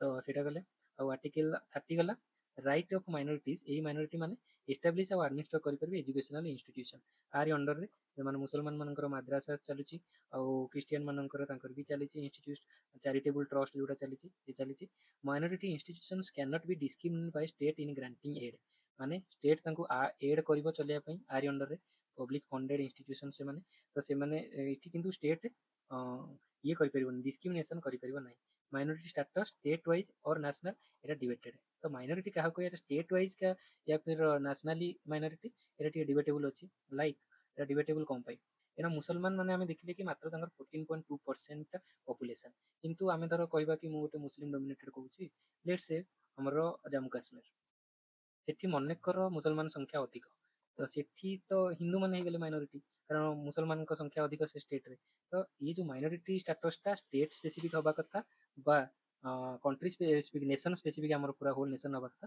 सेटा डिबेटेड चली राइट टू कॉन्स्टिट्यूशनल रिमेडी एतक आम देखिले कि राइट सब दिखाई लोक से एंजॉय करेंगे स्टेट उपर आमर रेस्ट्रिक्शन लगाई यही सब जिन स्टेट विषय इंटरफेयर करनी कि कौन किंतु इन केस मोर वायोलेसन है किटा मत फिल हो सबूटा मत वायोलेट करुच्ची देन मु कौन करी तो मत कोर्ट को जाकि मागिबी जस्टिस कि मो एगेन्स्ट एटा जाऊँगी मत दि जाऊ तो in that case Etah constitutional remedy कहूँ रिमेडी मत प्रोवाइड करी कॉन्स्टिट्यूशन वे प्रोवाइड करी कि मो राइट को एनफोर्स करें तो एटा हमर आंबेडकर को कहते it is the heart and soul of a constitution आ बिना किसी भी राइट जदि एनफोर्सेबल नुहे माने मु मो राइट को एनफोर्स करि परिबिनी मते राइट मोठु नै गला आ मु ताको एनफोर्स करि परनी देन से राइट रो किसी मीनिंग नाही तो सेटा को कहउचंती heart and soul of a constitution Ambedkar कहउचंती एटा मन रखिबो को आर्टिकल को 32 को तो heart and soul of constitution PIL are under रे पीआईएल आसी public interest litigation locus standi relaxed हमें से डेली डिस्कशन में कहते गोटे doctrine of principle of locus standi अच्छी लोको स्टैंडी माने जो लोकटा एग्रीवेटेड हम बा एगेन्स्ट रे किछि हेछि सीए ही जीव कोर्ट को सेटा लोको स्टैंडी से निजे जाई स्टैंड हम कोर्ट रे बट सेटा रिलैक्स कराला पीआईएल रे माने रिप्रेजेंटेटिव जाकि मोर गोटे रिप्रेजेंटेटिव जाकि कोर्ट रे लड़ी परियो मो पई बा मो केसटा उठेई पारिबो सेटा होछि लोको स्टैंडी एगेन्स्ट रे पीआईएल हैला तापरे epistolary epistolary jurisdiction epistolary jurisdiction माने को लेटर ट्रीटेड एज पिटिशन गोटे लेटर जदि लिखा होची कि मोर एमती होची देन ताकू भी पिटिशन भाबे माने मोर लीगल डॉक्यूमेंट भाबे सेटा को ट्रीट करा जाई पारिबो तापरे judicial activism versus judicial restraint माने जुडिशियल एक्टिविज्म माने जुडिशियल हमर कोर्ट रा एक्टिविस्ट हे जिवे माने सीए जदि कोनोसी जगह रे लॉ टा वायोलेट फंडामेंटल राइट वायोलेशन होची से तांकर नॉर्मल सुप्रीम कोर्ट रो जुरिसडिक्शन कोन ना से कोर्ट भीतर बसिले कोर्ट चारिकांत भीतर जदि किसी केस जाउची कोर्ट को देन से ताकू जजमेंट देवे ताकू रेक्टिफाई करेंगे कि ना से चारिकांत बाहर को जाकि पब्लिक स्पेस को जाकि रेकग्नाइज करूछंती देन सेटा हला जुडिशियल एक्टिविज्म तो एग्जांपल हमर जो एबे जो केसटा आस्थिला जो एनएच रे किछि बस उल्टी गला रास्ता खराब थिला बोली तो सेठी सुप्रीम कोर्ट निजे जाकि तार कंप्लीट जस्टिस प्रिंसिपल अछि जो 142 रे से जाकि सेठी सो मोटू जाकि कहला कि एटा भूल एटा तार राइट टू लाइफ लोकंकर एठी वायोलेट होउची तो सेटा गोटे judicial activism at the same time judicial restraint कोन ये गोटे प्रिंसिपल कहे कि जुडिशियल से चारिकांथ भितर ही रहा कथा अधिका गला बेलू यहाँ बाहर ल कौन हम से आम जहाँ रिप्रेजेंट करूँ गवर्नमेंट बा सीए डिसाइड करिया कथा ना कि जुडिशियल तो जुडिशियरी ऊपर गोटा रिस्ट्रेंट रहा कथा बा लिमिट रहा कथा तो सेटा कहते जुडिशियल रिस्ट्रेंट तो यहाँ को मन रखिए तो ये आर्टिकल 32 रे रिट्स अच्छी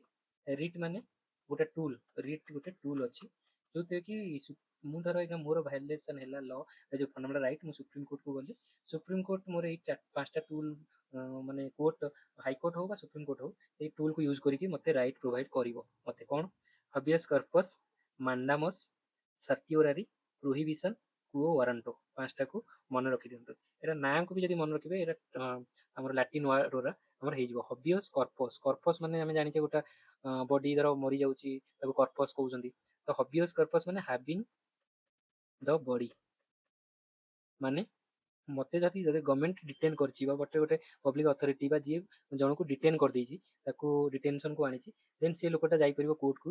କୋର୍ଟ ତାକୁ ପଚାରିବ ଯେ ତୁ କାହିଁକି ତାକୁ ଡିଟେନ୍ କରିଛୁ, କୋଉ ବେସିସରେ ଡିଟେନ୍ କରିଛୁ, ମୋ ପାଖରେ ପ୍ରଡ୍ୟୁସ୍ କର, ମୁଁ ଡିସାଇଡ୍ କରିବି। ଦେନ୍ ଯଦି ସିଏ ଡିସାଇଡ୍ ହେଲା କି ନାହିଁ ସେ ଲୋକଟା କିଛି ଗଭର୍ଣ୍ଣମେଣ୍ଟ ପାଖରେ ସେତିକି ରୁଲ୍ ନାହିଁ ବା ସେତିକି ଆଡେକୁଏଟ୍ ପଏଣ୍ଟ ନାହିଁ ତାକୁ ଡିଟେନ୍ କରିବାକୁ, ସେ ତାକୁ ସାଙ୍ଗେ ସାଙ୍ଗେ ରିଲିଜ୍ କରିବ। ତ ହାବିୟସ୍ କର୍ପସ୍, ତ ଏଇଟା ଫ୍ରିଡମ୍ ଉପରେ କ୍ୱେଶ୍ଚିନ୍ ଆସିଲା। ମାଣ୍ଡାମସ୍ ମାନେ ୱି କମାଣ୍ଡ। କମାଣ୍ଡ ମାଣ୍ଡାମସ୍ ମାନେ ମନେ ରଖିବେ ଏଇଟା ଗୋଟେ ମାଣ୍ଡାମସ୍, ମୁଁ ଏମିତି ମନେ ରଖିଛି ମ୍ୟାଣ୍ଡେଟ୍। ମ୍ୟାଣ୍ଡେଟ୍ ମାନେ ସମସ୍ତଙ୍କର ଫଙ୍କସନ୍ କରିବାର ଗୋଟେ ମ୍ୟାଣ୍ଡେଟ୍ ଥାଏ। ଲାଇକ୍ ଜୁଡିସିଆରୀ ତାର ମ୍ୟାଣ୍ଡେଟ୍ ଅଛି, ସେ ଏଇ କାମ ଉପରେ ତାର ମାନେ ଜଷ୍ଟିସ୍। ପୋଲିସର ମ୍ୟାଣ୍ଡେଟ୍ ହେଲା ସେ ଗୋଟେ ଜାଗାରେ ଅଫେନ୍ସ ହେଲା, ସେ ଯାଇକି କେସ୍ ରେଜିଷ୍ଟର କରିବ, ତା ଏଗେନଷ୍ଟରେ ଆକ୍ସନ୍ ନେବ ବା ଇନଭେଷ୍ଟିଗେସନ୍ କରିବ। ତ ସେଗୁଡ଼ା ସବୁ ତାଙ୍କର ମ୍ୟାଣ୍ଡେଟ୍। ଇନ୍ କେସ୍ ସିଏ ସେଇଟା ନ କରୁଛନ୍ତି, ଦେନ୍ ତାକୁ ମ୍ୟାଣ୍ଡେଟ୍ ମାନେ କୋର୍ଟ କହିବ କି ତମର ଏଇଟା duty, you are mandated to do it. ତ ମାଣ୍ଡାମସ୍ ତାଙ୍କୁ public authority to perform their ଡ୍ୟୁଟିଜକୁ ଯଦି କହୁଛନ୍ତି, ଦେନ୍ ସେଇଟା ମ୍ୟାଣ୍ଡେଟ୍ ହବ। ଆର ହେଲା ଇଏ ଗଭର୍ଣ୍ଣର ବା ପ୍ରେସିଡେଣ୍ଟଙ୍କ ଏଗେନଷ୍ଟରେ ହେଇପାରିବନି, ତାଙ୍କୁ କେହି ଡିରେକ୍ସନ ଦେଇପାରିବେନି ଏଇ ଜିନିଷଟା ତମେ କର।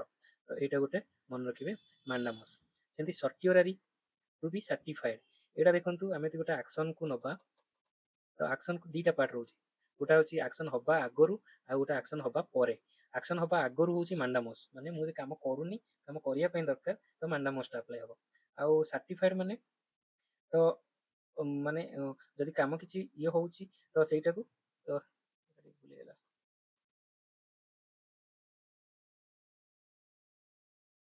ଆଉ ଗୋଟେ ହେଲା କଣ ସର୍ଟିଓରାରୀ। ସର୍ଟିଓରାରୀ ମାନେ to be certified quash order of lower court ଆଉ ଟ୍ରାଇବୁନାଲ।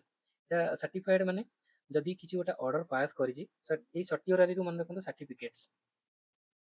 ମନେକର ଏଟା କେମିତି ମନେ ରଖିବା, ମନେକର ଗୋଟେ ସୁପ୍ରିମକୋର୍ଟ ଗୋଟେ ଅର୍ଡର ଦେଇଛି, ସେ ଗୋଟେ ସାର୍ଟିଫିକେଟ ମାନେ ଅର୍ଡର କିଛି ପାସ୍ କରିଛି, ବା ଟ୍ରାଇବୁନାଲ୍ସ ବି ଗୋଟେ ଜୁଡିସିଆଲ ପାର୍ଟ, ସେଟା କିଛି ଅର୍ଡର ପାସ୍ କରିଛି, ଦେନ୍ ତାକୁ ସାର୍ଟିଫିକେଟ ଦବ ଆମର ସୁପ୍ରିମକୋର୍ଟ ଏଇଟା ଭ୍ୟାଲିଡ କି ନାହିଁ। ଯଦି ନାହିଁ ତାକୁ ସେ କ୍ୱାସ୍ କରିଦବ କି ଏଇଟା ଠିକ ନୁହେଁ। ତ ସେଇଟା ହଉଛି certificate to certify the orders. ଏଇଟା ମନେ ରଖିବେ କେବଳ କୋର୍ଟ ପାଇଁ ଆଲାଉଡ। Then prohibition. ପ୍ରୋହିବିସନ ମାନେ ଟୁ ଫରବିଡ୍, ପ୍ରୋହିବିଟ୍ କରିବା କେବଳ to lower court or tribunal from exceeding jurisdiction। ତାମାନେ ତାର କିଛି ଜୁରିଡିକ୍ସନ ଅଛି, ସେଇଟାକୁ ଯଦି ଲିମିଟ କରୁଛି, କ୍ରସ୍ କରୁଛି, ଦେନ୍ ତାକୁ ସୁପ୍ରିମକୋର୍ଟ ଦେଇପାରିବ କି you can not cross your limits. ତ ପ୍ରୋହିବିଟ୍ କଲା, ଏଠି ଆକ୍ସନ ହବା ଆଗରୁ ତାକୁ ମନା କରାହଉଛି। ତ ମାଣ୍ଡାମସ୍ ଆଉ ପ୍ରୋହିବିସନ ଏଇ ଦିଟା ବିଷୟରେ ଡିଫରେନ୍ସ ଦେଖନ୍ତୁ। ଏଟା ମନେକର ହେଲା ଆକ୍ସନ, ମାଣ୍ଡାମସଟା ଆକ୍ସନ ହବା ଆଗରୁ, ଆଉ ପ୍ରୋହିବିଟ୍ ଗଲା ଯଦି ସେ ତାର କିଛି ଅର୍ଡର କରିଛି, ଦେନ୍ ତାକୁ ପ୍ରୋହିବିଟ୍ କରିବ ଏଟାକୁ ତା ଅର୍ଡର ବାହାରକୁ ଯିବା ପାଇଁ। ତ ସେଇଟା ହେଇଗଲା ପ୍ରୋହିବିସନ। ତାପରେ କୁଓ ୱାରାଣ୍ଟୋ। ବାଇ ହ୍ୱାଟ କୁଓ ୱାରାଣ୍ଟୋ, ୱାର୍ଡିଂସଟା ଦେଖନ୍ତୁ, କୁଓ ୱାରାଣ୍ଟୋ କିଏ ତତେ ଦେଲା ୱାରେଣ୍ଟି ବା ପାୱାର। ତ ବାଇ ହ୍ୱାଟ ଅଥରିଟି, କୋଉ ଅଥରିଟିରେ ଲିଗାଲିଟି ଅଫ ହୋଲ୍ଡିଂ ପବ୍ଲିକ ଅଫିସ। ଯଦି ଜଣେ ପବ୍ଲିକ ଅଫିସ ରହୁଛି ବିୟଣ୍ଡ ହିଜ ଜୁରିଡିକ୍ସନ କି ବିୟଣ୍ଡ ହିଜ ଟାଇମ ଲିମିଟ, ଦେନ୍ ତାକୁ ଜଣେ ଯାଇ କ୍ୱେଶ୍ଚିନ୍ କରିପାରିବ କି ତମେ କୋଉ ଅଥରିଟିରେ ଏଠି ଅଛ। ତ ଏଇ ପାଞ୍ଚଟା ରିଟ୍ ଆମ ପାଖରେ ଅଛି, ଏଇଟାକୁ ମନେ ରଖିବେ। ହବିୟସ୍ କର୍ପସ୍, ମାଣ୍ଡାମସ୍, ସର୍ଟିଓରାରୀ, ପ୍ରୋହିବିସନ। ତ ଏଠି କିଛିଟା କ୍ୱେଶ୍ଚିନ୍ ଆସେ ଲାଇକ୍ କି ଏଇଟା କାହା ପାଇଁ ଆପ୍ଲିକେବୁଲ। ମନେ ରଖିବେ ହବିୟସ୍ କର୍ପସଟା ପବ୍ଲିକ ଅଥରିଟି ଆଉ କୋର୍ଟ ସମସ୍ତଙ୍କ ପାଇଁ ଆପ୍ଲିକେବୁଲ। ମାଣ୍ଡାମସଟା ସେମିତି ପବ୍ଲିକ ଆଉ କୋର୍ଟ ପାଇଁ ସବୁ ପାଇଁ ଆପ୍ଲିକେବୁଲ। ଆଉ ସର୍ଟିଓରାରୀ କେବଳ କୋର୍ଟ ମାନେ ଜୁଡିସିଆରୀ, ପ୍ରୋହିବିଟୋରୀ କୋର୍ଟ ଉପରେ, କୋ ୱାରାଣ୍ଟୋ ସେଟା ପବ୍ଲିକ ଅଫିସ ଉପରେ ଆପ୍ଲିକେବୁଲ। এইটা মনে রাখবে। ତ ଏଇଟା ଥିଲା ଆମର ସବୁ ଅଲ୍ ଅବାଉଟ୍ ଫଣ୍ଡାମେଣ୍ଟାଲ ରାଇଟ୍ସ ଆଉ right available only to citizen. ଆମେ ଡିସାଇଡ୍ କରିଦେଲେ, ଟୁ ଅଲ୍ ପର୍ସନ୍ ଲେଖିଦେଲେ। Important cases, Kesavananda Bharati case, ଯୋଉଟା basic structure doctrine, Maneka Gandhi case article 21 right to ଲାଇଫର expansion, Puttaswamy case privacy, Indira Sawhney case reservation doctrine, Indira Sawhney. Then Minerva mill case ଯୋଉଥିରେ କି harmony between fundamental right and DPSP ହବା ଦରକାର ବୋଲି କହିଛନ୍ତି। Ajay Hasia case instrumentality of state. ତାପରେ ସାୟରା ବାନୋ କେସ୍ ତ ମାନିଫେଷ୍ଟ ଆର୍ବିଟାରିନେସ୍ ସେଇଟା। ଆଉ ଫଣ୍ଡାମେଣ୍ଟାଲ ରାଇଟ୍ସ ତ ଆମେ ଦେଖି ସାରିଲେ, ବଟ୍ ଆଉ ଗୋଟେ ହିଡେନ୍ କନସେପ୍ଟ ଅଛି ଯୋଉଥିରେ ବହୁତ ସାରା କ୍ୱେଶ୍ଚିନ୍ ଆସେ। ଯେକୌଣସି ବି ଆମର ୟୁପିଏସସି ହଉ ଓପିଏସସି ହଉ, ସେଠି ଗୋଟେ ଦେଖିବା ଯୋଉ ଏକ୍ସେପ୍ସନ ଗୁଡ଼ା ସେ ସବୁବେଳେ କ୍ୱେଶ୍ଚିନ୍ସ ଆସୁଛି ସେଥିରୁ। ତ ଯାହା ବି ଆମେ ଫଣ୍ଡାମେଣ୍ଟାଲ ରାଇଟ୍ସ ଏନ୍ଜୟ କରୁଛେ ସେଟା ସବୁ ଆବସୋଲ୍ୟୁଟ ନୁହେଁ, ମାନେ କି ମୋର fundamental right in any situation I will enjoy my rights, ନାଇଁ ସେମିତି ନାହିଁ। ଇଟ୍ ହାଜ୍ ସମ୍ ରେଷ୍ଟ୍ରିକ୍ସନ୍ସ ଯୋଉଟା କି ରିଜନେବଲ୍ ଗ୍ରାଉଣ୍ଡରେ ହିଁ ସେଇଟା ରେଷ୍ଟ୍ରିକ୍ସନ୍ ଅଛି ତା ଉପରେ। ତ ସେଇଟାକୁ ବହୁତ ସାରା ରେଷ୍ଟ୍ରିକ୍ସନ୍ ଆଉ ମାନେ ଏକ୍ସେପ୍ସନ୍ସ ଅଛି, ସେଗୁଡ଼ାକୁ ଟିକେ ଆମେ ଡିସ୍କସନ୍ କରିଦେବା। ଚାଲନ୍ତୁ ଦେଖିବା। ଦେଖନ୍ତୁ ଏଇଟା ensure balance between individual freedom and social interest. Social interest आउ इंडिविजुअल फ्रीडम भितर बालांस दरकार आउ मिसयूज जेमती हेनी मोर ये फंडामेंटल राइट रीटा एस्पेक्ट रोचे कौन ना मु लिबर्टी एंजॉय करुँची मु मो मन मुताबक काम करी तो सेठी सी सोशल हार्मोनी को सोशल ऑर्डर को बाधाप्राप्त हबार नहीं कि अन्यर फंडामेंटाल अन्यर लिबर्टी को भी हाम्पर हबार नहीं तो ସେଇଟାକୁ ଧ୍ୟାନ ରଖିବାକୁ ପଡିବ ତ ଯଦି ମୁଁ ଅନ୍ୟ ଲିବର୍ଟି ହାମ୍ପର କରୁଛି ଦେନ୍ ସେଇଟା ମୋ ଏଗେନ୍ଷ୍ଟରେ କ୍ରିମିନାଲ ଅଫେନ୍ସ ହେଇପାରେ ତ ସୋସିଆଲ ଅର୍ଡରକୁ ହେଲେ ସେଠି ଗଭର୍ଣ୍ଣମେଣ୍ଟ ବା ସେଠି ଅଥରିଟି ଆସିକି ମୋତେ ରେଷ୍ଟ୍ରିକ୍ଟ କରିପାରେ ତ ଏ ଦୁଇ ପ୍ରକାର ଜିନିଷ ଦେଖିବେ ରେଷ୍ଟ୍ରିକ୍ସନ୍ସ ଅଛି placed in the very article where the right is given ଯୋଉଠି ରାଇଟ୍ ଦେଇଛି ସେଇଥିରେ ରେଷ୍ଟ୍ରିକ୍ସନ ବି ଅଛି ସେଇଟା ଆମେ ଦେଖିବା ତ fundamental right are not absolute ଏଇଟା ମନେ ରଖିବ ନଟ୍ ଆବସଲ୍ୟୁଟ୍ ମାନେ ସେଇଟା ପୁରା ମାନେ ଡେଫିନାଇଟ୍ ଗୋଟେ ଜିନିଷ ହେଇକି ନାହିଁ ସେଇଟାରେ ବି ରିମୁଭ୍ ହେଇପାରିବ ତ ସେଇଟାକୁ କହୁଛନ୍ତି ରିଜନେବୁଲ ରେଷ୍ଟ୍ରିକ୍ସନ ଅଛି ତା ଦେହରେ ନଟ୍ ଆବସଲ୍ୟୁଟ୍ ବଟ୍ ତାକୁ କହୁଛନ୍ତି କ୍ୱାଲିଫାଏଡ୍ ଏଇଟା ମନେ ରଖିବେ ଏ ଟର୍ମ ଗୁଡ଼ା ଟିକେ ମନେ ରଖିବେ not absolute but qualified and judicial exceptions ଅଛି read into article by court ତ ଏସବୁ ଗଲା ତ ଏଠି ଦେଖନ୍ତୁ ଆମେ ଇଚ୍ ବାଇ ଇଚ୍ ଯିବା ଏଇଟା ମନେ ରଖିବାର କଥା ଫଣ୍ଡାମେଣ୍ଟାଲ 19(1) ଆମେ ଜାଣିଲେ କି ଆମର ସାମ୍ ଯେମିତି ମନେ ରଖିଥିଲେ ସାମ୍ 19(1)B ତ ସେଥିରେ ସ୍ପିଚ୍ ଆଉ ଏକ୍ସପ୍ରେସନ୍ ଅଛି ଏସ୍ ତାପରେ ଏଇଟା ଏ ସାମ୍ ଏସ୍ ଏ ଏମ୍ ତ ଏସ୍ ରେ ରହିଲା ଏଥିରେ କ'ଣ ସବୁ ରେଷ୍ଟ୍ରିକ୍ସନ୍ ଥାଇପାରେ ସେଇଟା ଏଇଠି ଦେଲା सोवेरेनिटी इंटेग्रिटी सिक्यूरीटी फंडामेंटल ये माने मु स्पीच एक्सप्रेशन माने मु कथा कहूची मु जाइकरी सबुआडे मोर स्पीच दउची फ्री स्पीच को एक्सरसाइज करूची मु गवर्नमेंट को क्रिटिसाइज करूची साडे काहा को क्रिटिसाइज करि परिबी सेटा मोर अधिकार अछि बट जदि मु क्रिटिसिज्म मोर मु गोटे इंस्टिगेट करूची कि कम्युनल वायलेंस सिटी हे जाउची कि मु କାହାକୁ ଏମିତି ଇନଷ୍ଟିଗେଟ୍ କରୁଛି ସିଏ ଯାଇକି କାହାକୁ ମାନେ ଟେରୋରିଜିମ୍ ବାଲା ଜିନିଷ ହେଇଯାଉଛି ତ ଏସବୁ ସ୍ପିଚ୍ କୋଉଠି ନା କୋଉଠି ଆମ ନ୍ୟାସନାଲ ୟୁନିଟି ପାଇଁ ବା ନ୍ୟାସନାଲ ସିକ୍ୟୁରିଟି ପାଇଁ ଡେଟ୍ରିମେଣ୍ଟାଲ ଅଛି ତ ସେ ସବୁ କ୍ଷେତ୍ରରେ ହେଇପାରିବ ନାହିଁ ତ ଡିସେନ୍ସି ଅର୍ ମୋରାଲିଟି ଗ୍ରାଉଣ୍ଡରେ କଣ୍ଟେମ୍ପ୍ଟ ଅଫ୍ କୋର୍ଟ ତ କୋର୍ଟ ଗୋଟେ ଜିନିଷ କହୁଛି ମୁଁ ଯାଇକି ସ୍ପିଚ୍ ପାଇଁ କୋର୍ଟକୁ କ୍ରିଟିସିଜମ୍ କରୁଛି କୋର୍ଟ ଅର୍ଡର ଏଗେନ୍ଷ୍ଟରେ କୋର୍ଟ କହି ସାଇଲେନ୍ସ ହେବା ପାଇଁ ମୁଁ ରହୁନି ତ ଏଇଟା କଣ୍ଟେମ୍ପ୍ଟ ଅଫ୍ କୋର୍ଟ ବି ହେଇଯାଇପାରେ ଡିଫେମେସନ୍ ମୁଁ କୌଣସି ଅଥରିଟି ହଉ କୌଣସି ଲିଡର ହଉ କାହାକୁ ମୁଁ ଡିଫେମ୍ କରୁଛି କ୍ରିଟିସିଜିମ୍ ପଜିଟିଭ୍ କ୍ରିଟିସିଜିମ୍ ହବା ସେଇଟା ଅଲଗା ବଟ୍ ନେଗେଟିଭ୍ କ୍ରିଟିସିଜିମ୍ ମାନେ ତାର ପପୁଲାରିଟିକୁ ତଳୁ କରିବା ଖରାପ ଜିନିଷ କହିବା ତ ସେ ସବୁ ଡିଫର୍ମେସନ୍ ସେଇଟା ଆମର ହେଇପାରିବ ନାହିଁ ତ ଏତେ ସାରା ଗ୍ରାଉଣ୍ଡ ଅଛି ଆମର ସ୍ପିଚ୍କୁ ଆମକୁ ରିମୁଭ୍ କରିବା ପାଇଁ मोस्ट डिटेल रेस्ट्रिक्शन एटा both security and morality ground रे एटा हेबो एग्जाम ट्रैक कोन not insult to national leaders unless it falls under above grounds आमे जदि नेशनल लीडर को आमे कथारे इंसल्ट कर देलु देन एटा ऑटोमेटिकली हमरो हबनी ना अंडर रे वायलेशन हबनी किंतु किछिटा सर्कमस्टेंस जदि एई वाला सर्कमस्टेंसेस रे आसिला देन सेटा हबो जेमति कहली कि से किछि गोटा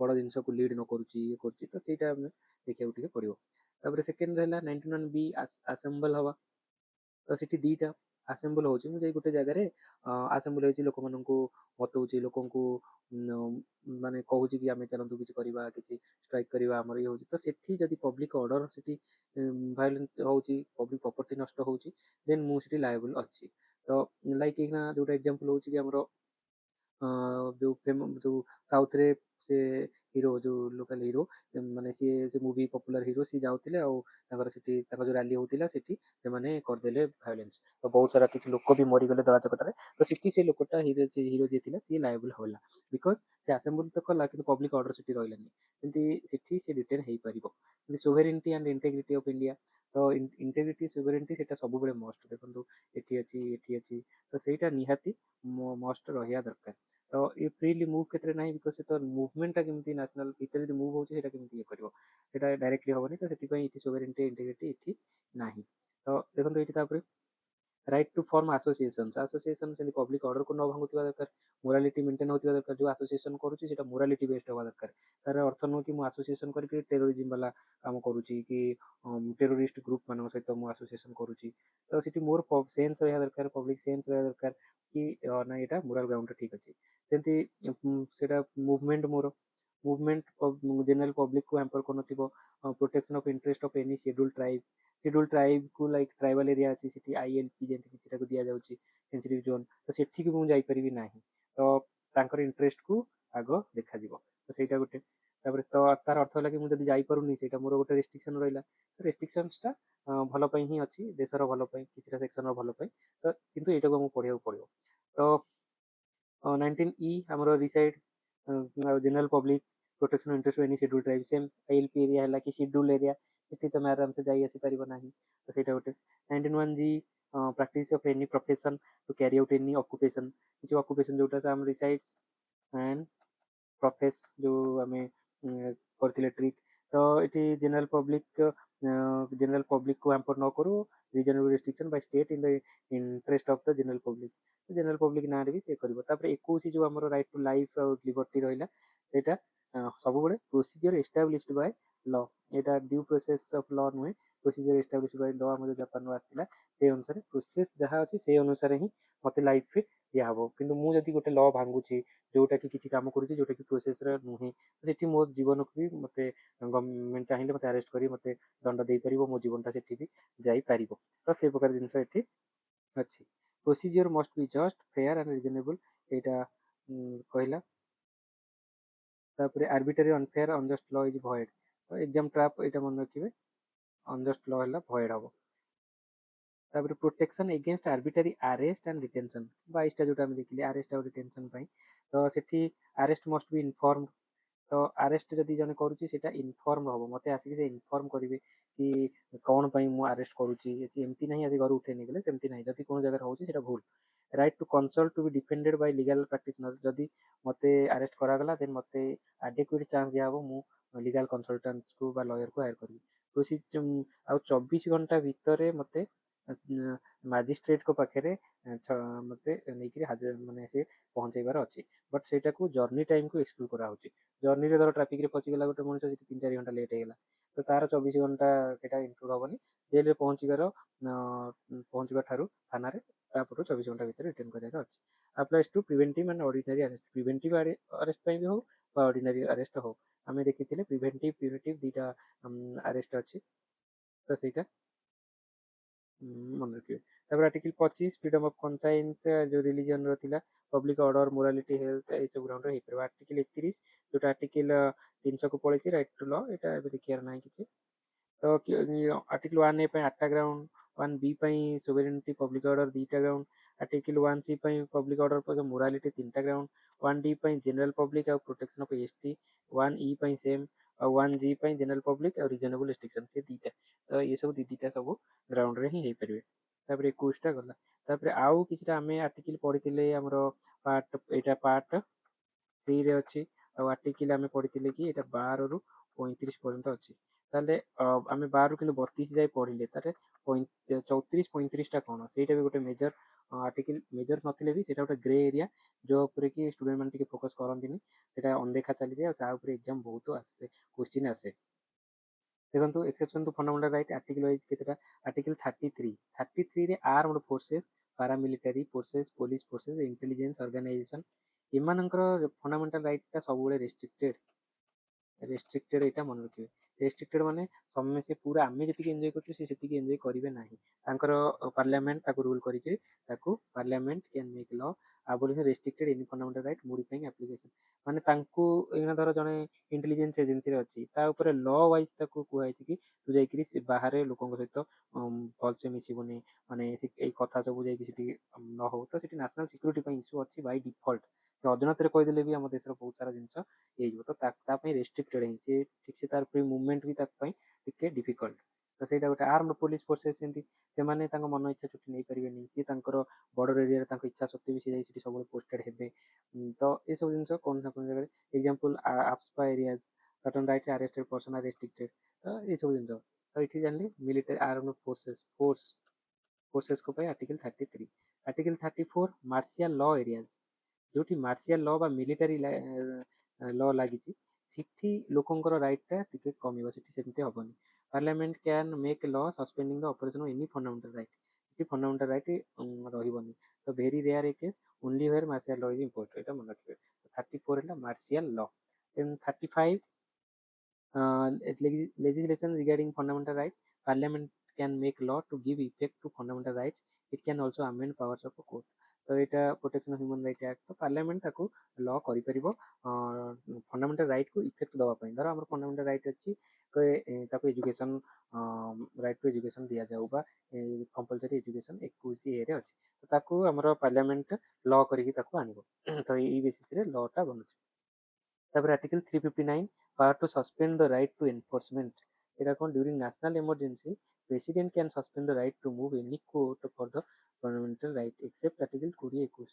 2021ଟା କେବେ ଯିବନି, ଏଇଟା ଆମେ ପଢ଼ିଥିଲେ। ଏମର୍ଜେନ୍ସି କେସ୍ରେ ବି ଏଇଟା ଯିବନି, ଏଇଟା ମନେ ରଖିବ। ରାଇଟ୍ ଟୁ ଲାଇଫ୍ ତ କେବେ ବି ଯିବନି। ତ ସେଠି କ'ଣ ହବ ନା, ସେଠି ପ୍ରେସିଡେଣ୍ଟଙ୍କ ରୁଲ୍ ଲାଗିଲା ମାନେ ପ୍ରେସିଡେଣ୍ଟ ନିଜେ ହେଇଗଲେ ହେଡ୍। ସେଠି ସେ କରିଦେଲେ ତମେ ତମ ରାଇଟ୍ସ ତ ରହିଲାନି, ତା ତ ଭାଇଲେନ୍ସ ହେଉଛି ବୋଲି ତମେ କୋର୍ଟ ବି ଯାଇପାରିବ ନାହିଁ। ତ ଏଇଟା କିନ୍ତୁ ଏଇଟାକୁ ମିନେର୍ଭା ମିଲ୍ କେସ୍ରେ ସୁପ୍ରିମକୋର୍ଟ ତାକୁ କ୍ରିଟିସାଇଜ୍ କରିଥିଲା ଆଉ କହିଥିଲା କି ନାଇଁ ଏମିତି ଆର୍ବିଟାରୀ ମୁଁ ଯଦି ଏଇଖିନା ପ୍ରେସିଡେଣ୍ଟସ୍ ରୁଲ୍ ଲଗେଇ ଦେଉଛି ଆର୍ବିଟାରୀଲି, ତାର କିଛି ମିନିଂ ବସୁନି। ଦେନ୍ ମୋର ଫଣ୍ଡାମେଣ୍ଟାଲ ରାଇଟ୍, ତ ଫଣ୍ଡାମେଣ୍ଟାଲ ରାଇଟ୍ଟା ସବୁବେଳେ ପ୍ରାୟୋରିଟି ଦିଆଯିବ। ତ ଯଦି ତାକୁ ଜଣେ ହାମ୍ପର କରୁଛି ଦେନ୍ ସେଇଟା ରିଜନେବୁଲ୍ ହେବା ଦରକାର। ପ୍ରେସିଡେଣ୍ଟଙ୍କ ରୁଲ୍ ହେଉନା କାହିଁକି ସେଇଟା ବି ରିଜନେବୁଲ୍ ଦରକାର। ସେଇଟା ଜୁଡ଼ିସିଆରୀ ତାକୁ ରିଭ୍ୟୁ କରିପାରିବ କି ସେଇଟା ରିଜନେବୁଲ୍ ଗ୍ରାଉଣ୍ଡରେ ହେଇଛି କି ନାହିଁ। ତ these are the basic restrictions ଥିଲା। ଏଇଟା ଗୋଟେ ଛୋଟ ପାର୍ଟଟେ। ତ ଏଇଠି କେତେଟା ଇମ୍ପୋର୍ଟାଣ୍ଟ ଡକ୍ଟ୍ରିନ୍ଟା ଦେଖିଦିଅନ୍ତୁ। ଏଇଟା ପ୍ରାୟ ପଢ଼େ ବହୁତ ଟାଇମ୍ରେ। ଏଇଟା ସିମ୍ପଲ୍ ଟର୍ମ ଟିକେ ବୁଝିବାକୁ ଟ୍ରାଏ କରିବା। ବେସିକ୍ ଷ୍ଟ୍ରକ୍ଚର ଡକ୍ଟ୍ରିନ୍ ଆମେ ଜାଣିଲେ କି କୋଉରା ଆମର କୋର୍ ଡକ୍ଟ୍ରିନ୍, ଯୋଉଟା ଆମର ଆର୍ଟିକଲ 358ରେ ଯୋଉ ଆମର କନଷ୍ଟିଟ୍ୟୁସନ ଆମେଣ୍ଡମେଣ୍ଟ ହେଉଛି ସେ ଅଣ୍ଡର ଏଟାକୁ ଚେଞ୍ଜ କରାଯାଇ ପାରିବ ନାହିଁ। Core of hour constitution. ତାପରେ ଏକ୍ଲିପ୍ସ ହେଉଛି ଲ ଡର୍ମାଟ ହେଇଯିବ ଯଦି ସେଇଟା ମାନେ ଫଣ୍ଡାମେଣ୍ଟାଲ ରାଇଟ୍କୁ ଭାয়োଲେଟ୍ କରୁଥିବ କି କ'ଣ, ସେଇଟା ଡିଲିଟ୍ ହବନି ଡର୍ମାଟ ହେଇଯିବ। ଡର୍ମାଟ ହେଇଯିବ ମାନେ ଲାଇକ୍ ଗୋଟେ ଏକ୍ଜାମ୍ପଲ୍ ଧର ଦଉଛି କି ଏକ୍ଲିପ୍ସ ମାନେ କି ହେଲା ଡର୍ମାଟ ହେଇଯିବ, ଏଇଭଳିଆ ମନେ ରଖ। ତ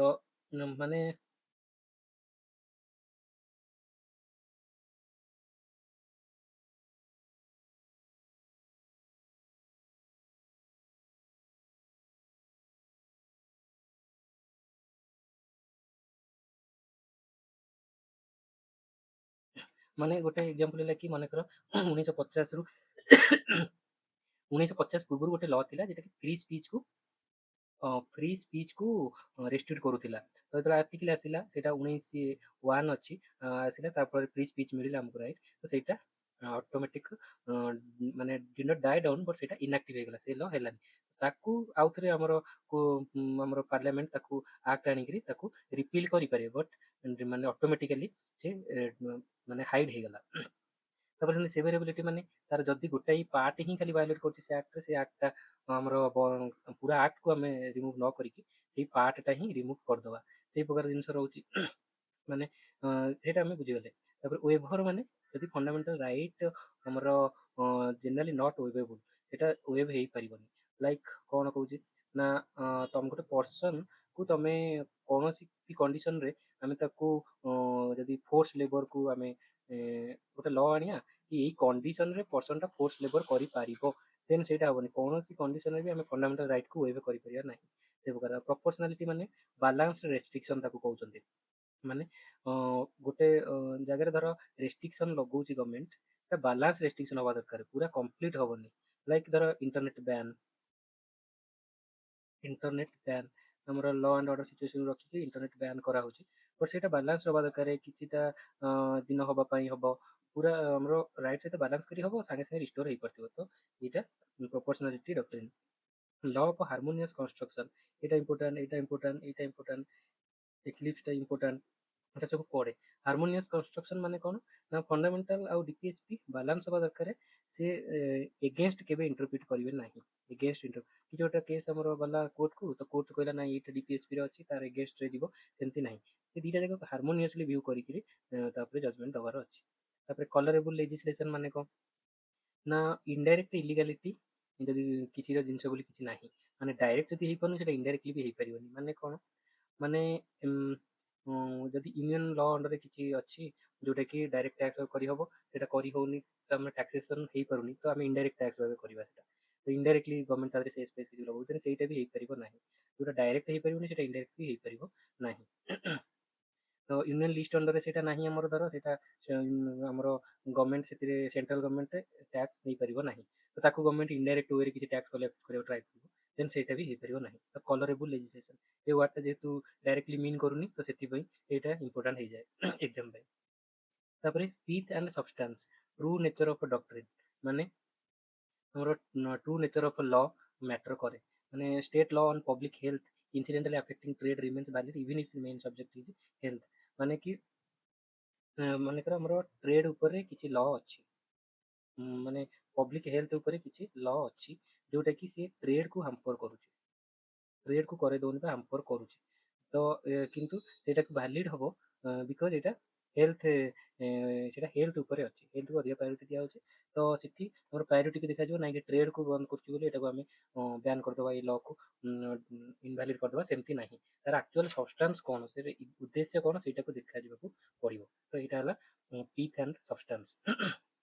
important modern concept data protection, internet shutdown, article 19 free speech रे आसीबो, algorithm bias Etah equality in the LGBTQ right, equality, liberty, AI surveillance, privacy माने article 21, digital free speech 19 तो एगरा सब तापर important cases देखिले हमें। ତାପରେ ମୋଷ୍ଟ ଇମ୍ପୋର୍ଟାଣ୍ଟ ଫିଲ୍ମସ୍ କିୱାର୍ଡ ଯୋଉଟା କନଷ୍ଟିଟ୍ୟୁସନାଲିଜିମ୍, Diu process, ମାନେ ପ୍ରୋସିଜିଓରଟା ଫେୟାର ହବା ଦରକାର। ତାପରେ ଏଇ ମ୍ୟାନିଫେଷ୍ଟ ଆର୍ବିଟାରିନେସ୍, ଆର୍ବିଟାରି ଲ ଇନଭାଲିଡ ହବ। କନଷ୍ଟିଟ୍ୟୁସନାଲ ମୋରାଲିଟି, ଟ୍ରାନ୍ସଫର୍ମେଟିଭ କନଷ୍ଟିଟ୍ୟୁସନ ମାନେ ସୋସିଆଲ ଟ୍ରାନ୍ସଫର୍ମେସନକୁ ଯୋଉଟା ଅଧିକା ପ୍ରାୟୋରିଟି ଦଉଛି। ସବଷ୍ଟାନ୍ସିଭ ଇକ୍ୱାଲିଟି ମାନେ ଟ୍ରୁ ସେନ୍ସରେ ଇକ୍ୱାଲିଟି। ଡିଗ୍ନିଟି ମାନେ ଆର୍ଟିକଲ 21 ର କୋର ଭାଲ୍ୟୁକୁ ଡିଗ୍ନିଟି। ତ ପ୍ରୋପୋର୍ସନାଲିଟି, ବାଲାନ୍ସ ରେଷ୍ଟ୍ରିକ୍ସନ, ତାପରେ reasonable restriction, judicial review, reasonable restriction on article 19 এইটাକୁ ଟିକେ ଦେଖିବେ। ରିଜନେବଲ ରେଷ୍ଟ୍ରିକ୍ସନ କ'ଣ ସବୁ ରହିଛି ଆମର ଫଣ୍ଡାମେଣ୍ଟାଲ ଯୋଉ ରାଇଟ୍ ଆମର 19 ଅଣ୍ଡର ଅଛି, ତାପରେ ରିଜନେବଲ